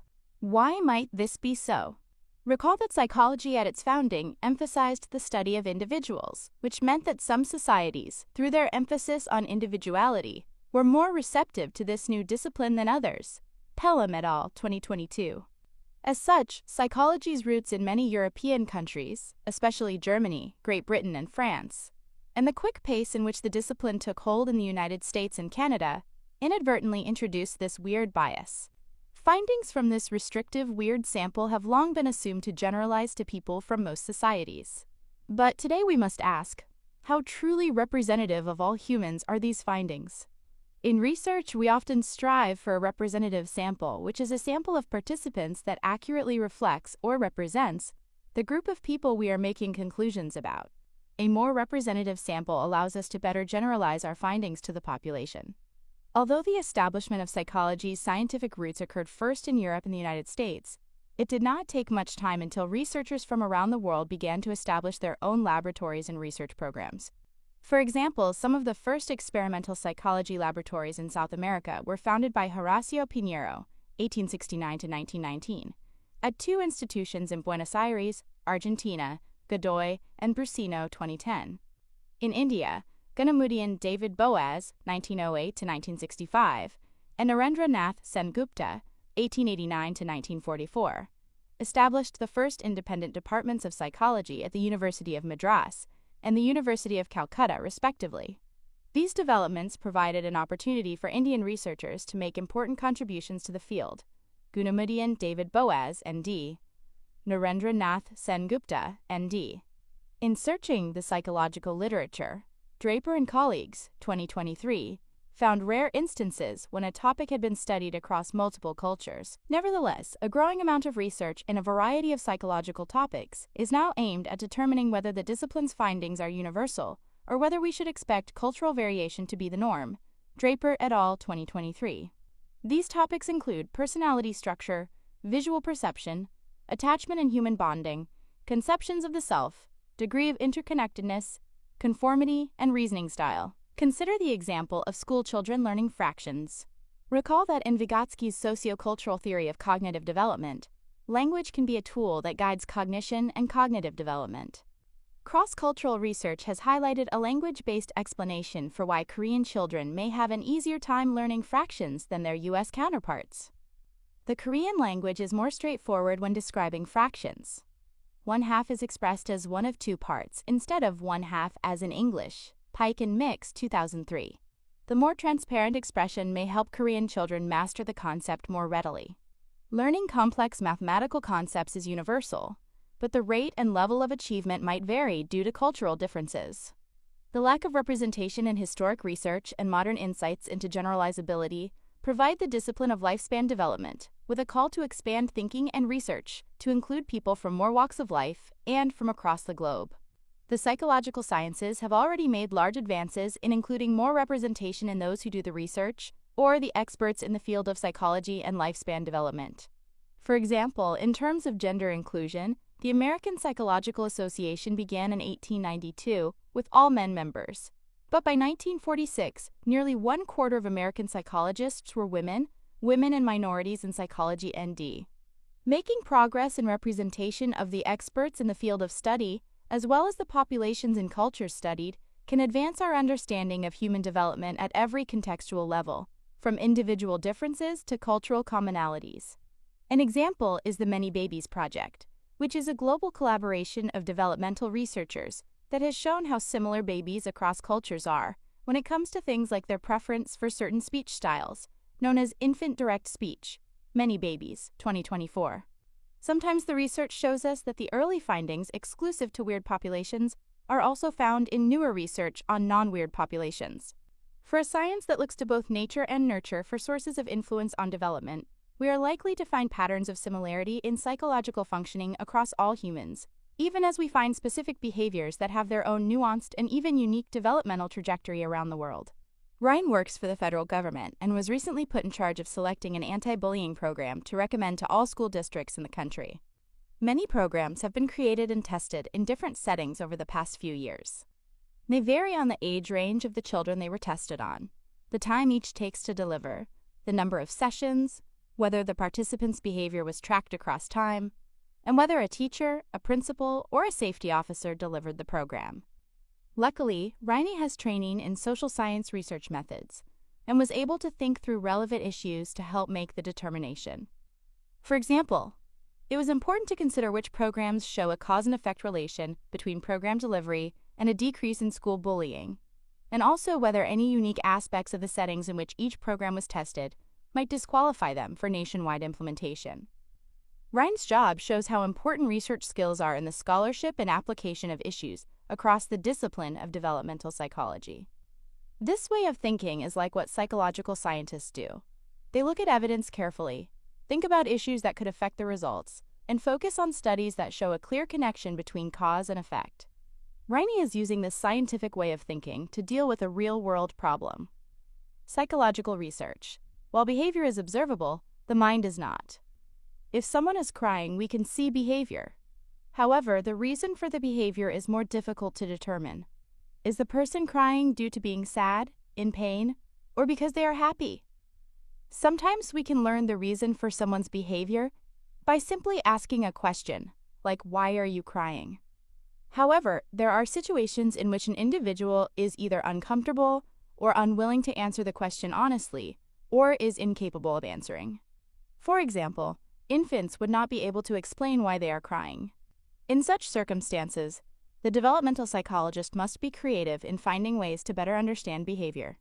An important foundation of the study of lifespan development is understanding how scientific knowledge is generated and how important that knowledge is in forming decisions in our personal lives. While many of us feel confident in our abilities to decipher and interact with the world around us, history is filled with examples of how very wrong we can be when we fail to recognize the need for evidence in supporting claims. It is through systematic scientific research that we are able to disengage ourselves of our preconceived notions and superstitions and gain an objective understanding of ourselves and our world. The goal of all scientists is to better understand the world around them. Developmental psychologists focus their attention on understanding behavior, as well as the cognitive, mental, and physiological bodily processes that underlie behavior. In contrast to other methods that people use to understand the behavior of others, such as intuition and personal experience, the hallmark of scientific research is that there is evidence to support a claim. Scientific knowledge is empirical. It is grounded in objective, tangible evidence that can be observed and replicated, the process of scientific research. Scientific knowledge is advanced through the scientific method in which ideas, in the form of theories and hypotheses, are tested against the real world in the form of empirical observations. Those empirical observations lead to more ideas that are tested against the real world, and so on. In this sense, the scientific process is a cycle of deductive and inductive reasoning. Figure 1.16. Researchers test ideas. In deductive reasoning, ideas are tested in the real world, whereas in inductive reasoning, real-world observations lead to new ideas. These processes are inseparable, like inhaling and exhaling, but different research approaches place different emphasis on these aspects. For example, case studies are heavily weighted on the side of empirical observations. Thus, case studies are closely associated with inductive processes, as researchers gather massive amounts of observations and seek interesting patterns, new ideas, in the data. Experimental research, on the other hand, puts great emphasis on deductive reasoning. If both theories and hypotheses are ideas, what sort of ideas are they, exactly? A theory is a well-developed set of ideas that propose an explanation for observed phenomena. Theories are repeatedly checked against the world, but they tend to be too complex to be tested all at once. Instead, researchers create hypotheses to test specific aspects of a theory. For example, many of the theories discussed thus far have been tested by many research studies over multiple decades, resulting in a more current version of the theory. This is demonstrated in things like our updated understanding of language development and the role of the environment in learning language. A hypothesis is a testable prediction about how the world will behave if our idea is correct, and it is often worded as an if-then statement, e.g., if I study all night, I will get a passing grade on the test. The hypothesis is extremely important because it bridges the gap between the realm of ideas and the real world. As specific hypotheses are tested, theories are modified and refined to reflect and incorporate the result of these tests. Figure 1.17. Note that theories are not typically proven, rather they are supported, modified, or rejected. Psychological research in developmental psychology. Developmental psychology, as part of the broader scientific community, has several overarching goals. Those goals can be organized to match the way a developmental scientist may approach any new topic of inquiry. The first goal is accurate measurement and description of the phenomenon in question. With proper research methods and techniques come detailed descriptions of the research question. In the case of cognitive development, for example, Piaget pioneered the clinical interview method to uncover children's underlying thought processes. This led to rich descriptions of the reasoning abilities of children of various ages. To summarize this first goal, it seeks to answer the question, what is happening? The next goal of science is to understand and explain a phenomenon. It is not enough to merely describe what is observed. Rather, we want to understand the processes that make that phenomenon work, and to explain it to others in a coherent and complete way. Piaget developed and then tested a complete theory of how children solved problems about their world. The result is his theory of cognitive development, which attempts to explain how children's thinking abilities develop over the first 20 years of life. To summarize this second goal, we now ask, why is this thing happening? The final goal of developmental psychology science, which relies on our understanding from achieving the second goal, is to apply and control the phenomenon. That is, developmental scientists aim to take their findings and explanations and apply them in the service of the individual or society. In this way, the goals of the scientific method mirror what humans have done as a matter of survival for millennia: adapt to and strive to thrive in the physical and social world, thereby assisting in our shared survival and enjoyment of life.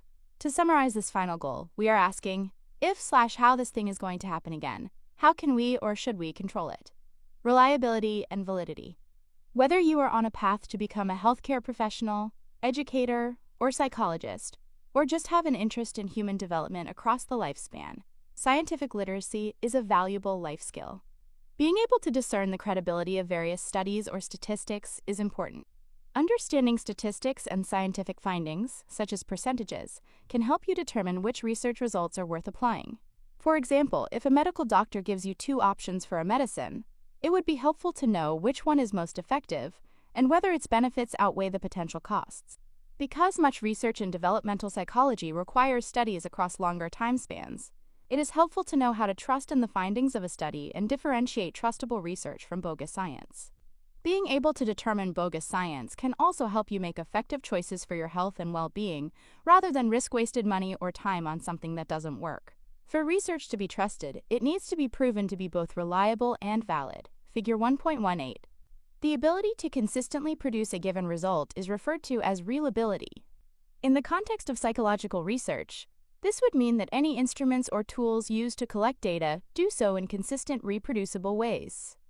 Unfortunately, being consistent in measurement does not necessarily mean that you have measured something correctly. To illustrate this concept, consider a kitchen scale that would be used to measure the weight of cereal that you eat in the morning. If the scale is not properly calibrated, it may consistently under or overestimate the amount of cereal that's being measured. While the scale is highly reliable in producing consistent results, e.g., the same amount of cereal poured onto the scale produces the same reading each time, those results are incorrect because the tool's calibration is off. This is where validity comes into play.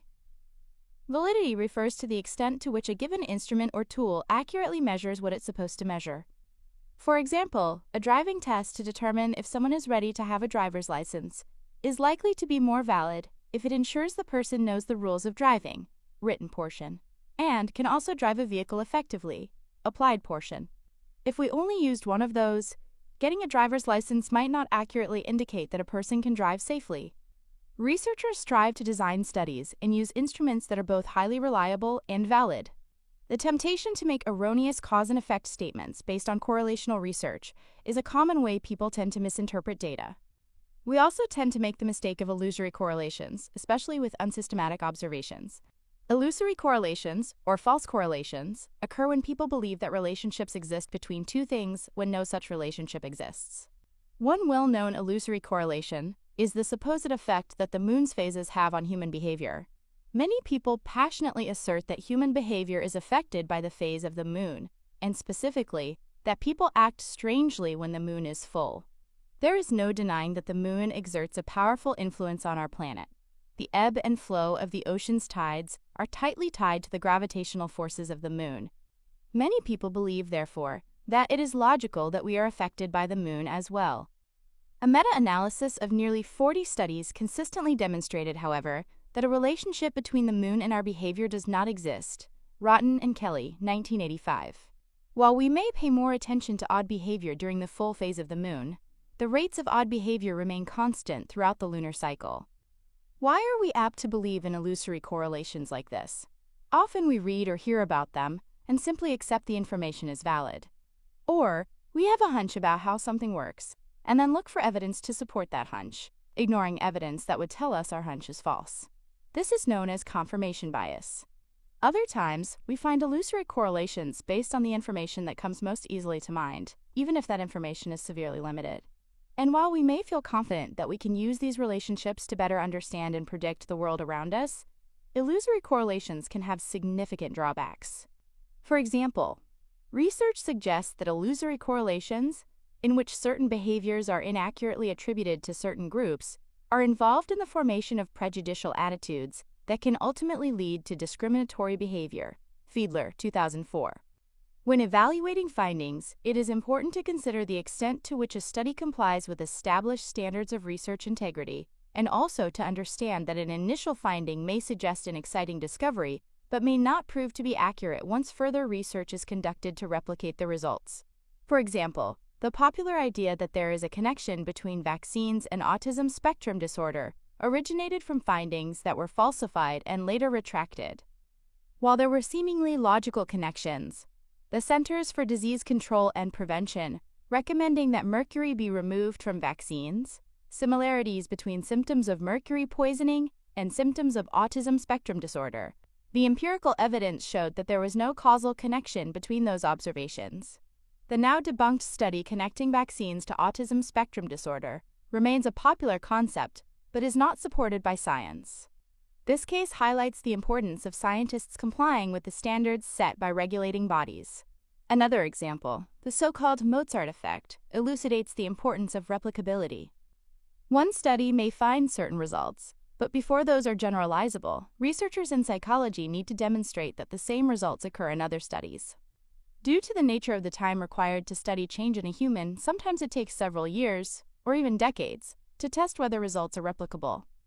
When Rauscher and colleagues, 1993-1995, Jenkins, 2001, reported that listening to music by Mozart improved how children performed on tests, it spawned a popular trend to integrate that music and concept into children's toys, books, and educational programming.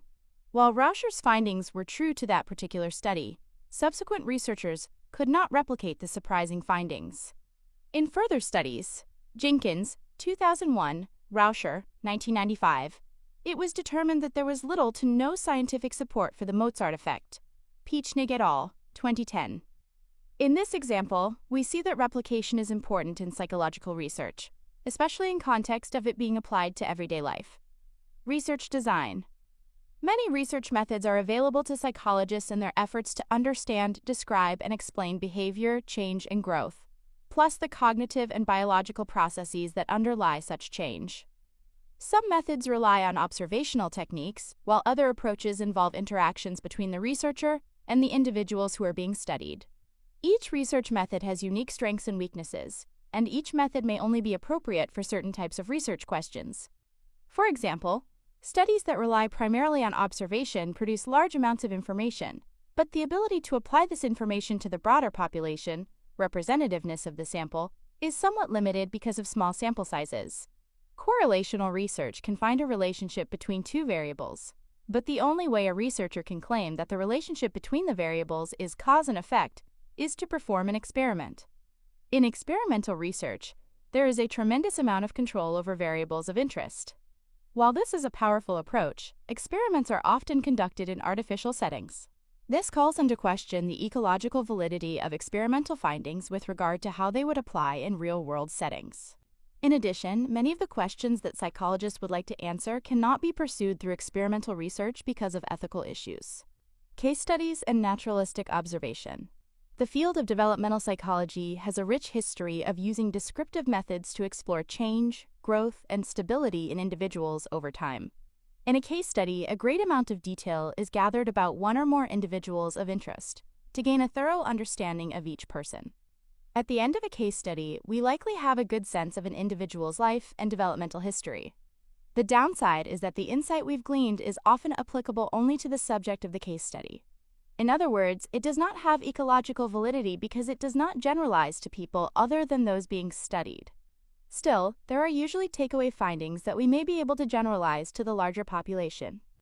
In one case study, Oliver Sacks discusses a man who suddenly began having trouble understanding what the familiar objects in his environment were. When he looked at his wife, for example, he gave his best guess that he was looking at a hat rack. After extensive evaluation, Sacks determined that the man had developed visual agnosia. He had the ability to see, but could not make sense of what he was looking at. If his wife spoke, or if he reached out and touched her, he knew instantly that it was her. His problem was only with visual recognition.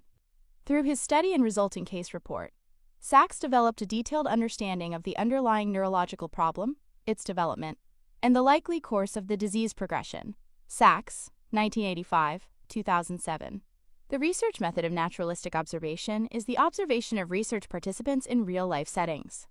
If you want to understand how behavior occurs, one of the best ways to gain information is to simply observe the behavior in its natural context. For instance, if we wanted to study whether older adults benefit from playing video games, we might start by observing older adults in the recreational areas of an assisted living facility.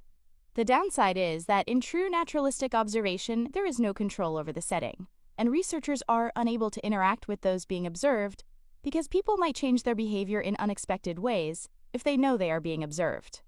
As an example, imagine that your instructor asks everyone in your class if they always wash their hands after using the restroom. Chances are that almost everyone in the classroom will raise their hand. But do you think hand washing after every trip to the restroom is really that universal? An example of structured observation, a type of observation where people are observed while engaging in set, specific tasks, comes from the strange situation, developed by Mary Ainsworth. The strange situation is a procedure used to evaluate attachment styles that exist between an infant and caregiver. In this scenario, caregivers bring their infants into a room filled with toys. The strange situation involves a number of phases, including a stranger coming into the room, the caregiver leaving the room, and the caregiver's return to the room. The infant's behavior is closely monitored at each phase, but it is the behavior of the infant on being reunited with the caregiver that is most telling in terms of characterizing the infant's attachment style with the caregiver. A benefit of naturalistic observation is the validity or accuracy of information collected unobtrusively in a natural setting. Having individuals behave as they normally would in a given situation means there is a higher degree of ecological validity or realism than might be gathered with other research approaches, like asking about hand washing instead of observing it. Therefore, the ability to generalize the findings of the research to everyday situations is enhanced. The power of naturalistic observation is to give the researcher ideas about what factors or variables may be relevant to include in a more structured research design later on. The major downside of naturalistic observation is that it is often difficult to set up and control.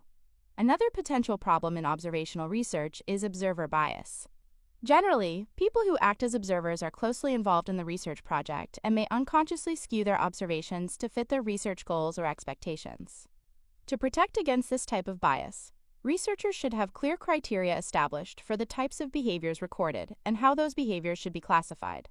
In addition, researchers often compare observations of the same event by multiple observers in order to test inter-rater reliability, a measure of reliability that assesses the consistency of observations by different observers. Correlation: how variables relate. The next level of research, beyond describing a psychological phenomenon, is to begin to piece together how variables of your chosen topic might be related. The statistical technique used to determine the degree of relation or association between two or more variables is called correlation. While correlation means there is a relationship between two or more variables, this relationship does not necessarily imply cause and effect. When two variables are correlated, it simply means that as one variable changes, so does the other. We can measure correlation by calculating a statistic known as a correlation coefficient. You might notice that the word correlation includes the word relation, a helpful reminder that it represents variable relations. A correlation coefficient is a number from -1.00 to +1.00 that indicates the strength and direction of the relationship between variables. The number portion of the correlation coefficient indicates the strength of the relationship. The closer the number is to 1, be it negative or positive, the more strongly related the variables are, and the more predictable changes in one variable will be as the other variable changes. The closer the number is to 0, the weaker the relationship, and the less predictable the relationship between the variables becomes. For instance, a correlation coefficient of 0.9 indicates a far stronger relationship than a correlation coefficient of 0.3. If the variables are not related to one another at all, the correlation coefficient is 0. The sign, positive or negative, of the correlation coefficient indicates the direction of the relationship. Figure 1.19. A positive correlation means that the variables move in the same direction. Put another way, it means that as one variable increases, so does the other. And conversely, when one variable decreases, so does the other. A negative correlation means that the variables move in opposite directions. If two variables are negatively correlated, a decrease in one variable is associated with an increase in the other and vice versa. A helpful way to remember positive correlation is to think of two variables riding an elevator. The variables travel together, up or down. A negative correlation indicates the variables traveling in opposite directions, such as two friends waving at each other as they pass each other on escalators going in different directions. One goes up, the other goes down. An example of positive correlations is the relationship between an individual's height and weight. Typically, someone who is taller will also weigh more than someone who is much shorter. One might expect a negative correlation to exist between someone's tiredness during the day and the number of hours they slept the previous night. The amount of sleep decreases as the feelings of tiredness increase. In a real-world example of negative correlation, student researchers at the University of Minnesota found a weak negative correlation, R equals -0.29, between the average number of days per week that students got fewer than 5 hours of sleep and their GPA, Lowry et al., 2010. In other words, more sleepless nights was related to a lower GPA. Keep in mind that a negative correlation is not the same as no correlation. For example, we would probably find no correlation between hours of sleep and shoe size.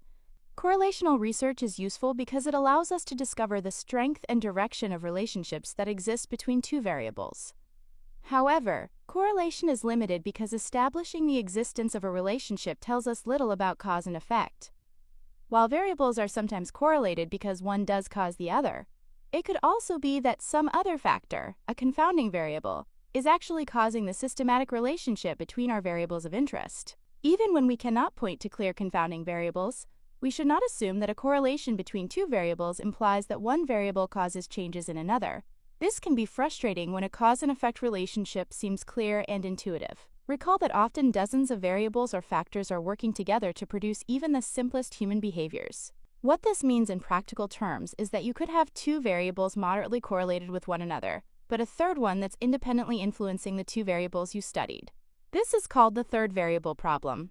Take aggressive behavior and violent video game playing, for example. Correlational research shows an association between playing violent video games and acting out aggressively, e.g., Dick Mice, 2019. However, it's entirely possible that a third variable is related both to aggressive outbursts or separately to a preference for playing violent video games. Unfortunately, people mistakenly make claims of causation as a function of correlations all the time. Such claims are especially common in advertisements and news stories. For example, research found that people who eat certain breakfast cereal may have a reduced risk of heart disease. Anderson et al., 2000. Cereal companies are likely to share this information in a way that maximizes and perhaps overstates the positive aspects of eating cereal. But does cereal really cause better health? Or are there other possible explanations for the health of those who eat cereal? For example, consistent healthy dietary habits or exercise might better explain this association. While correlational research is invaluable in identifying relationships among variables, a major limitation is the inability to establish causality. Psychologists want to make statements about cause and effect, but the only way to do that is to conduct an experiment to answer a research question. The next section describes how scientific experiments incorporate methods that eliminate or control for alternative explanations, which allow researchers to explore how changes in one variable cause changes in another variable. Experiments, cause and effect. The only way to establish a cause and effect relationship between two variables is to conduct a scientific experiment.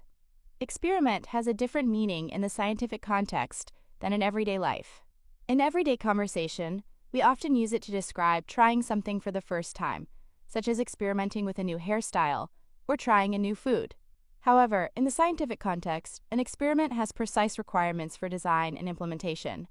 The experimental method, a research design used to determine cause and effect relationships, including specific design requirements, is a common tool psychological scientists use to investigate development and influences on that development. Some developmental psychologists will study people of a particular age, while others will run experiments across participants who span a variety of ages. The major strength of the experimental method is its ability to determine cause and effect relationships among variables. In one classic experiment, Condry and Ross, 1985, tested the idea that knowing the gender of two children behaving aggressively would alter observers' rating of the aggressiveness of the interaction. By altering the gender label attached to video footage of two children engaged in a snowball fight and changing nothing else, the researchers showed that young adult participants rated the boy-boy interaction as least aggressive. The authors concluded that the perception of aggression in children is influenced by observers' different expectations of the behavior of boys and girls. The finding supports the theory of gender schema theory, them 1981. The notion, which is discussed later, that we form different associations and expectations based on gender categories from an early age. In this example, we have all the primary ingredients of the experimental method. First, the experiment is based on a theory, the overarching explanation for a set of observations. The theory generates one or more hypotheses, theory-based predictions that are testable. In our example, the hypothesis was that the gender of the observed children would make for different perceptions of aggressiveness. In order to test this hypothesis or prediction, the researchers created different conditions, or levels, of an independent variable, the variable that is altered in an experiment and is expected to be the cause or influence of some outcome behavior. In fact, the resulting outcome behavior that is measured in an experiment is called the dependent variable, because values of this variable are determined by, or dependent upon, the value of the independent variable. In the study by Condry and Ross, 1985, there were 4 conditions or levels of the independent variable: boy-boy, boy-girl, girl-boy, and girl-girl. Note that the gender label was the only thing the researchers altered. In all 4 conditions, the same video footage was used, and only the gender labels were different. Participants, those watching videos, were randomly assigned to view one of the 4 conditions. A random assignment means each participant has an equal chance of being placed in each condition. In fact, random assignment is an essential aspect of the experimental method. Without it, you may end up with disproportionate number of male participants in one condition and few in another. Random assignment ensures an even distribution of all relevant participant characteristics across all experimental conditions. After observing the assigned video footage, participants in each condition were then asked to rate one of the children along a variety of characteristics, including how aggressively they behaved. The researchers then compared the average ratings of aggressiveness across the 4 conditions to see whether their prediction was accurate. The experimental method is the only research method that allows a psychological scientist to conclude that changes in one variable, in this case, gender label, cause changes in another, perception of aggression. The reason this conclusion is valid, or an accurate statement of the facts, is that the researchers have carefully manipulated the situation to alter only the variable of interest, and they used random assignment of the raters to neutralize all other relevant factors that could have contributed to the observed outcome. Without random assignment, other variables might explain the observed differences in ratings of the children's aggressiveness. For instance, if the researchers let the first 10 participants who showed up watch the same video segment, by happenstance, these might have all been members of the college football team, and that might bias their ratings. Instead, random assignment gave each participant an equal chance to observe each possible labeled video clip. The ability to pinpoint cause and effect relationships among two or more variables comes from careful control of the situation, but it does have one potential drawback. Because the experimental scenario is so carefully controlled, the question of artificiality arises. That is, how closely does the experimental scenario match naturally occurring relevant scenarios outside the psychologist's laboratory? This question examines the characteristic called external validity, the degree to which an experiment's results and reality match. Low external validity, on the other hand, is a significant threat to the applicability of laboratory findings to the everyday world. After all, if the experimental setup is so contrived that it doesn't match any situation you might normally encounter, then the value or utility of the finding is in question. What can we do with a research finding that doesn't apply in everyday life? In our example from Condi and Ross, 1985, external validity would appear to be high, because the experimental setup used video footage of actual children engaged in a snowball fight. We may not always know the gender of the children involved in every such encounter, but when we do, we can expect that information to inform our judgments. Other drawbacks of the experimental method include the potential cost and time it might take to devise an experiment to test certain topics. In fact, it is not possible, feasible, or sometimes even ethical to test some topics with the experimental method.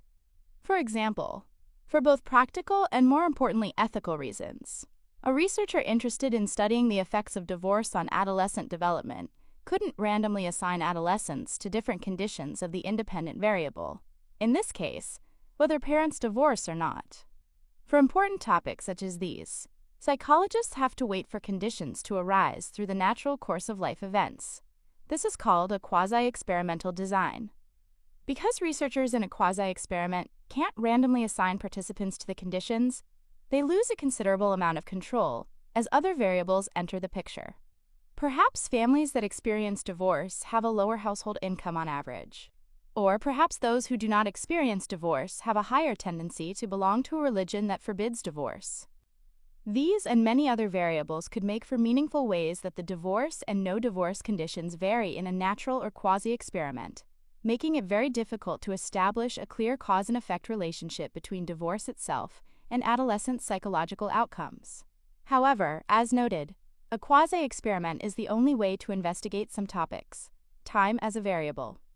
Developmental psychology has designed some additional research approaches specific to the fundamental questions of the field and focused on understanding growth and change in individuals over time. To do this, researchers often employ the cross-sectional or longitudinal method, or the cross-sequential design, which combines the advantages of both. All three designs can be used with correlational, experimental, case study, and naturalistic observation methods. Longitudinal design. A longitudinal design studies a group of participants over a period of time, reassessing them at various points. If we are interested in the development of friendships during adolescence, we might recruit a group of 56th grade students.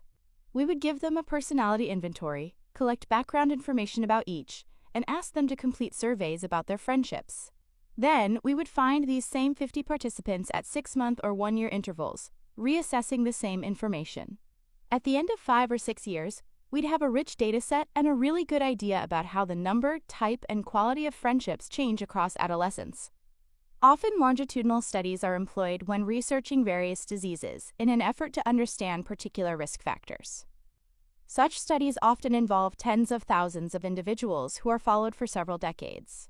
Given the enormous number of people involved in these studies, researchers can feel confident that their findings can be generalized to the larger population. The Cancer Prevention Study 3, CPS-3, is one of a series of longitudinal studies sponsored by the American Cancer Society, aimed at determining predictive risk factors associated with cancer. When participants enter the study, they complete a survey about their lives and family histories, providing information on factors that might increase or decrease the risk of developing cancer. Then every few years, the participants receive additional surveys to complete. In the end, hundreds of thousands of participants will be tracked over 20 years to determine which of them develop cancer and which do not. Clearly, this type of research is important and potentially very informative. For instance, earlier longitudinal studies sponsored by the American Cancer Society provided some of the first scientific demonstrations of the now well-established links between increased rates of smoking and cancer. American Cancer Society, ND. As with any research strategy, longitudinal research is not without limitations. For one, these studies require an incredible time investment by the researcher and research participants. Given that some longitudinal studies take years, if not decades, to complete, the results will not be known for a considerable period of time. Research participants must also be willing to continue their participation for an extended period of time, and this can be problematic. People move, get ill, and eventually die. Even without significant life changes, some people may simply choose to discontinue their participation in the project. This is known as attrition, the gradual loss or dropping out of participants from the original pool. Another issue is test familiarity, known as practice effects. Since participants are given the same battery of measures, including surveys, multiple times, they might get used to the questions, which could alter the way they think about and respond to them.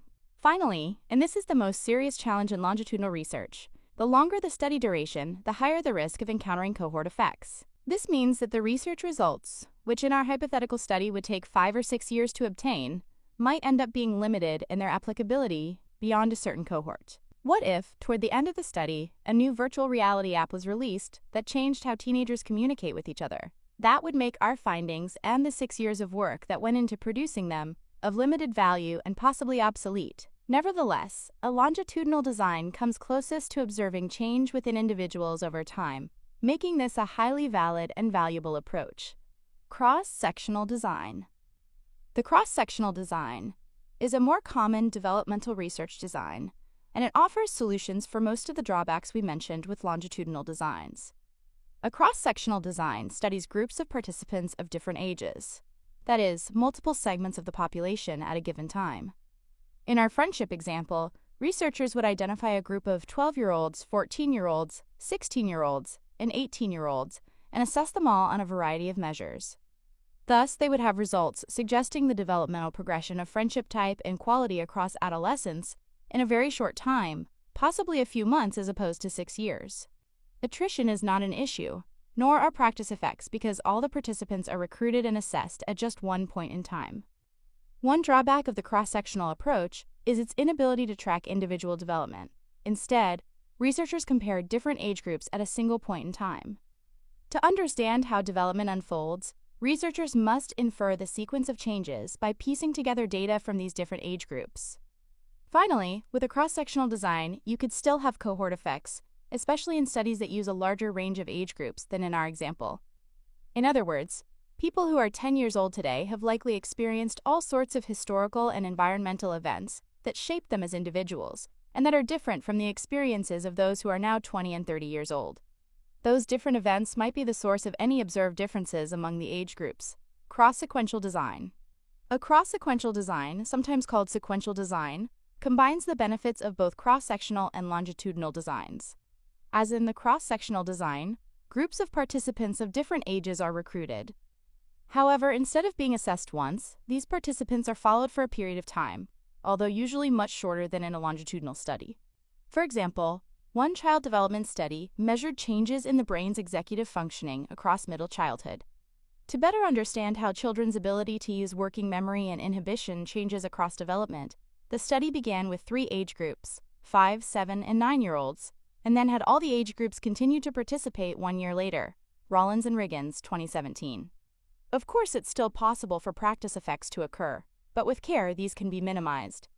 Table 1.4 summarizes the effectiveness of different research designs for studying different topics common in developmental psychology.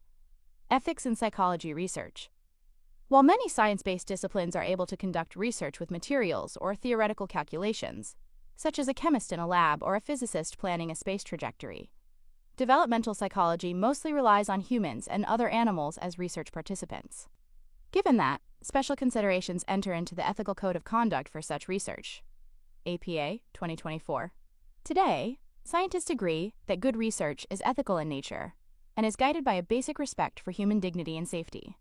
Any research institution that receives federal support for research involving human participants must have access to an Institutional Review Board, IRB. The IRB is a committee of individuals often made up of members of the institution's administration, scientists, and community members. The purpose of the IRB is to review proposals for research that involves human participants. The IRB reviews these proposals with the preceding principles mentioned in mind, and generally, approval from the IRB is required in order for the experiment to proceed. Research using human subjects. The Society for Research in Child Development, SRCD 2021, provides a code of conduct for developmental research that includes the following principles and protections. Competence. Researchers should be appropriately trained and knowledgeable about their research participants' cultural and social backgrounds and seek to eliminate any personal biases that might influence their research. Participants donate their time, energy, and personal aspects of themselves when they agree to be studied. Researchers show participants respect and gratitude by acting with scientific integrity and interpersonal sensitivity. Informed consent. Obtaining informed consent is a two-part process. Participants need to be fully informed of the purpose of the study, what will be required of them, potential risks, including any harm, and the anticipated benefits to science and themselves from the study. Participants must give permission. Adults can give consent only when they have been fully informed, and children do so only under the guidance of a parent or guardian. Although a child cannot give legal consent, they can give assent and express their desire to participate or not. For example, if a baby is happy and comfortable, a study may continue with assent and consent. However, if a baby is crying and uncomfortable, the research should assume the child does not consent and end the study. A key part of consent is voluntariness. There should be no coercion, and participants should be free to end their participation in the study at any time. Researchers are ethically bound to ensure the participant knows this and will end the study if requested without coercion. Equity. Research should seek to identify and address developmental inequities and disparities wherever possible. Part of achieving this is being culturally sensitive and informed. Scientific integrity. All of the ethical standards operating in scientific investigation are also relevant and applicable to developmental research. Research findings, methodology, and data should be transparent and shared whenever possible for review by peers. Deception should be minimized, and participants should be debriefed, informed about the pertinent details, at the conclusion of the study. Participant information and data should be private. Balance of risk and benefit. Researchers should avoid harm, minimize risk, and weigh any risks against the possible benefits of conducting the research. They should assure participants of the confidentiality of all components of their participation. Dynamic assessment. If researchers uncover an unanticipated harm or other issue during the study, they should alter or discontinue the study. These guidelines help ensure that a high degree of integrity is built into scientific research, with extra precautions taken to protect the personal integrity of participants. Developmental science research is difficult, meticulous work undertaken with great care and planning. The results provide benefit as we discover in ever more nuanced detail how humans grow and change and maintain stability over the course of the lifespan, a body of knowledge intended to help us understand one another more fully and better affect positive change in our social world. Intersections and contexts. Ethics and the Tuskegee syphilis study. Unfortunately, the ethical guidelines that exist for research today were not always applied in the past. In 1932, rural black men from Tuskegee, Alabama, were recruited to participate in an experiment conducted by the U.S. Public Health Service, with the aim of studying syphilis in black men, figure 1.20. In exchange for free medical care, meals, and burial insurance, 600 men agreed to participate in the study. A little more than half of the men tested positive for syphilis, and they served as the experimental group, given that the researchers could not randomly assign participants to groups. This represents a quasi-experiment. The remaining syphilis-free individuals served as the control group. However, those individuals who tested positive for syphilis were never informed that they had the disease. While there was no treatment for syphilis when the study began, by 1947 penicillin was recognized as an effective treatment for the disease. Despite this, no penicillin was administered to the participants in this study, and the participants were not allowed to seek treatment at any other facilities if they continued in the study. Over the course of 40 years, many of the participants unknowingly spread syphilis to their spouses and sexual partners, and subsequently children born from those relationships, and many participants eventually died because they never received treatment for the disease. This study was discontinued in 1972 when the experiment was discovered by the national press, Tuskegee University, ND. The resulting outrage over the experiment led directly to the National Research Act of 1974 and strict ethical guidelines for research on humans. Research using animal subjects. Many psychologists conduct research involving animal subjects. Often, these researchers use rodents, figure 1.21, or birds as the subjects of their experiments. The APA estimates that 90% of all animal research in psychology uses these species, APA-ND. Because many basic processes in animals are sufficiently similar to those in humans, these animals are often considered acceptable substitutes for research that would be considered unethical in human participants. This does not mean that animal researchers are immune to ethical concerns. Indeed, the humane and ethical treatment of animal research subjects is a critical aspect of this type of research. Researchers must design their experiments to minimize any pain or distress experienced by animals serving as research subjects. Whereas IRBs review research proposals that involve human participants, animal experimental proposals are reviewed by an Institutional Animal Care and Use Committee, IACUC. An IACUC consists of institutional administrators, scientists, veterinarians, and community members. This committee is charged with ensuring that all experimental proposals require the humane treatment of animal research subjects. It also conducts semi-annual inspections of all animal facilities to ensure that the research protocols are being followed. No animal research project can proceed without the committee's approval. Scientific literacy. Knowing more about the scientific process, methods, and ethics can help you to become more informed about how to interpret information you may come across. It can also help you to learn more about how to apply science to thriving in your own life. Trying to determine which theories are and are not accepted by the scientific community can be difficult, especially in an area of research as broad as psychology. More than ever before, we have an incredible amount of information at our fingertips, and a simple internet search on any given research topic might result in a number of contradictory studies. In these cases, we are witnessing the scientific community going through the process of reaching a consensus, and it could be quite some time before a consensus emerges. In the meantime, we should strive to think critically about the information we encounter by exercising a degree of healthy skepticism. When someone makes a claim, we should examine the claim from a number of different perspectives. What is the expertise of the person making the claim? What might they gain if the claim is valid? Does the claim seem justified given the evidence? And what do other researchers think of the claim? This is especially important when we consider how much information in advertising campaigns and on the internet claims to be based on scientific evidence, when in actuality, it is a belief or perspective of just a few individuals trying to sell a product or draw attention to their perspectives. We should be informed consumers of the information made available to us, because decisions based on this information have significant consequences. One such consequence can be seen in politics and public policy. Imagine that you have been elected as the governor of your state.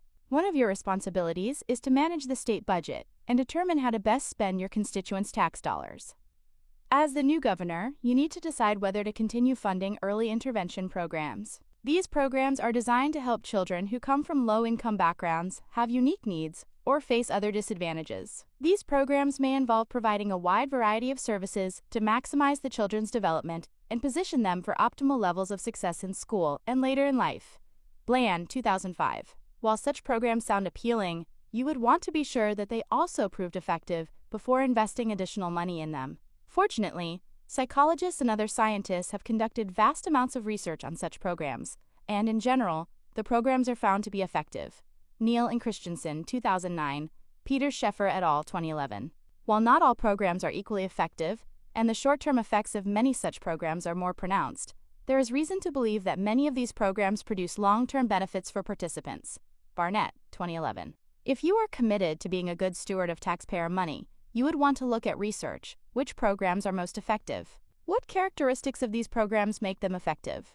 Which programs promote the best outcomes? After examining the research, you would be best equipped to make decisions about which programs to fund. Life hacks. Evaluating information sources. Every day we are flooded with information from a variety of sources. Your uncle sends you a link to a news story about the rise of violent crime in your city. A friend shares a social media post about a quick way to build muscle. A blog you follow claims inflation is the highest it's ever been, while the New York Times says the economy has recovered and shows signs of strength. How do you evaluate these various claims? Which can you trust and act on? Since none of us are experts in all these fields, we rely on information shared by others daily. Are there strategies for efficiently doing so? First, consider how people assess information. We're more likely to believe messages from a social group we belong to, respect, or identify with, APA 2023. Trustworthiness also grows through repetition. The more times we hear something, whether true or not, the more likely we are to believe it, which is how advertising works. We are also motivated to believe what we hear when aroused by fear or other heightened emotions. Taken together, these yardsticks raise the possibility of trusting false information. One key strategy to assess the trustworthiness of information is to examine the source. Following are some general considerations. Kington et al. 2021. Is the information based on science? A community of scientists across hundreds of disciplines and around the world adhere to the principles of the scientific process. Scientific reports rely on the consensus and peer review of experts and are open to correction based on any new information that challenges it. Have the authors and/or publisher of the information acknowledged upfront any political, financial, or even ideological interests they may have? If so, this disclosure helps you assess their trustworthiness. The About Us section on a website is a great way to learn this information. Is the information as applicable and accurate as it can be? In the United States and Canada, for example, legal, ethical, and practical considerations mean that information coming from times.gov and *ca, respectively, are oftentimes trustworthy. Educational and nonprofit institutions are another good source of information. These operate under public visibility and scrutiny, and their scholars are guided by scientific principles. Trustworthy sources in nonprofit agencies include government think tanks, news organizations, professional associations of experts, foundations, and advisory panels to government agencies. As scientists who study human change and growth across the lifespan, developmental researchers often have application as their primary goal when researching a topic. So although developmental psychology examines answers to philosophical questions like, what does it mean to have a meaningful life? Ultimately, this is a field concerned with the practical. Developmental psychology is composed of many publications over several decades and from researchers across the globe. The theories and findings you learn about across this course often make use of a wide range of research methods, designs, and statistical analyses using many different groups of people. Researchers also use different tools before coming to a scientific consensus, including things like neurological measures, e.g. MRI, fMRI, and EEG, physiological measures, e.g. heart rate, observations of individuals or families, e.g. behavioral, and psychological measures, e.g. surveys and self-reports. By putting all of these together, we can begin to form a more complete picture of human life. One practical example of developmental psychology's contribution to society is the shift away from corporal punishment of children to promote healthier parent-child relationships. Gershoff, 2002. This study used a meta-analysis, a way of combining many different research studies to test a hypothesis, to demonstrate that corporal punishment is not beneficial to children. In this course, you will learn about many historical findings, current studies, and topics that need further research as developmental psychologists strive to make contributions that impact our everyday lives.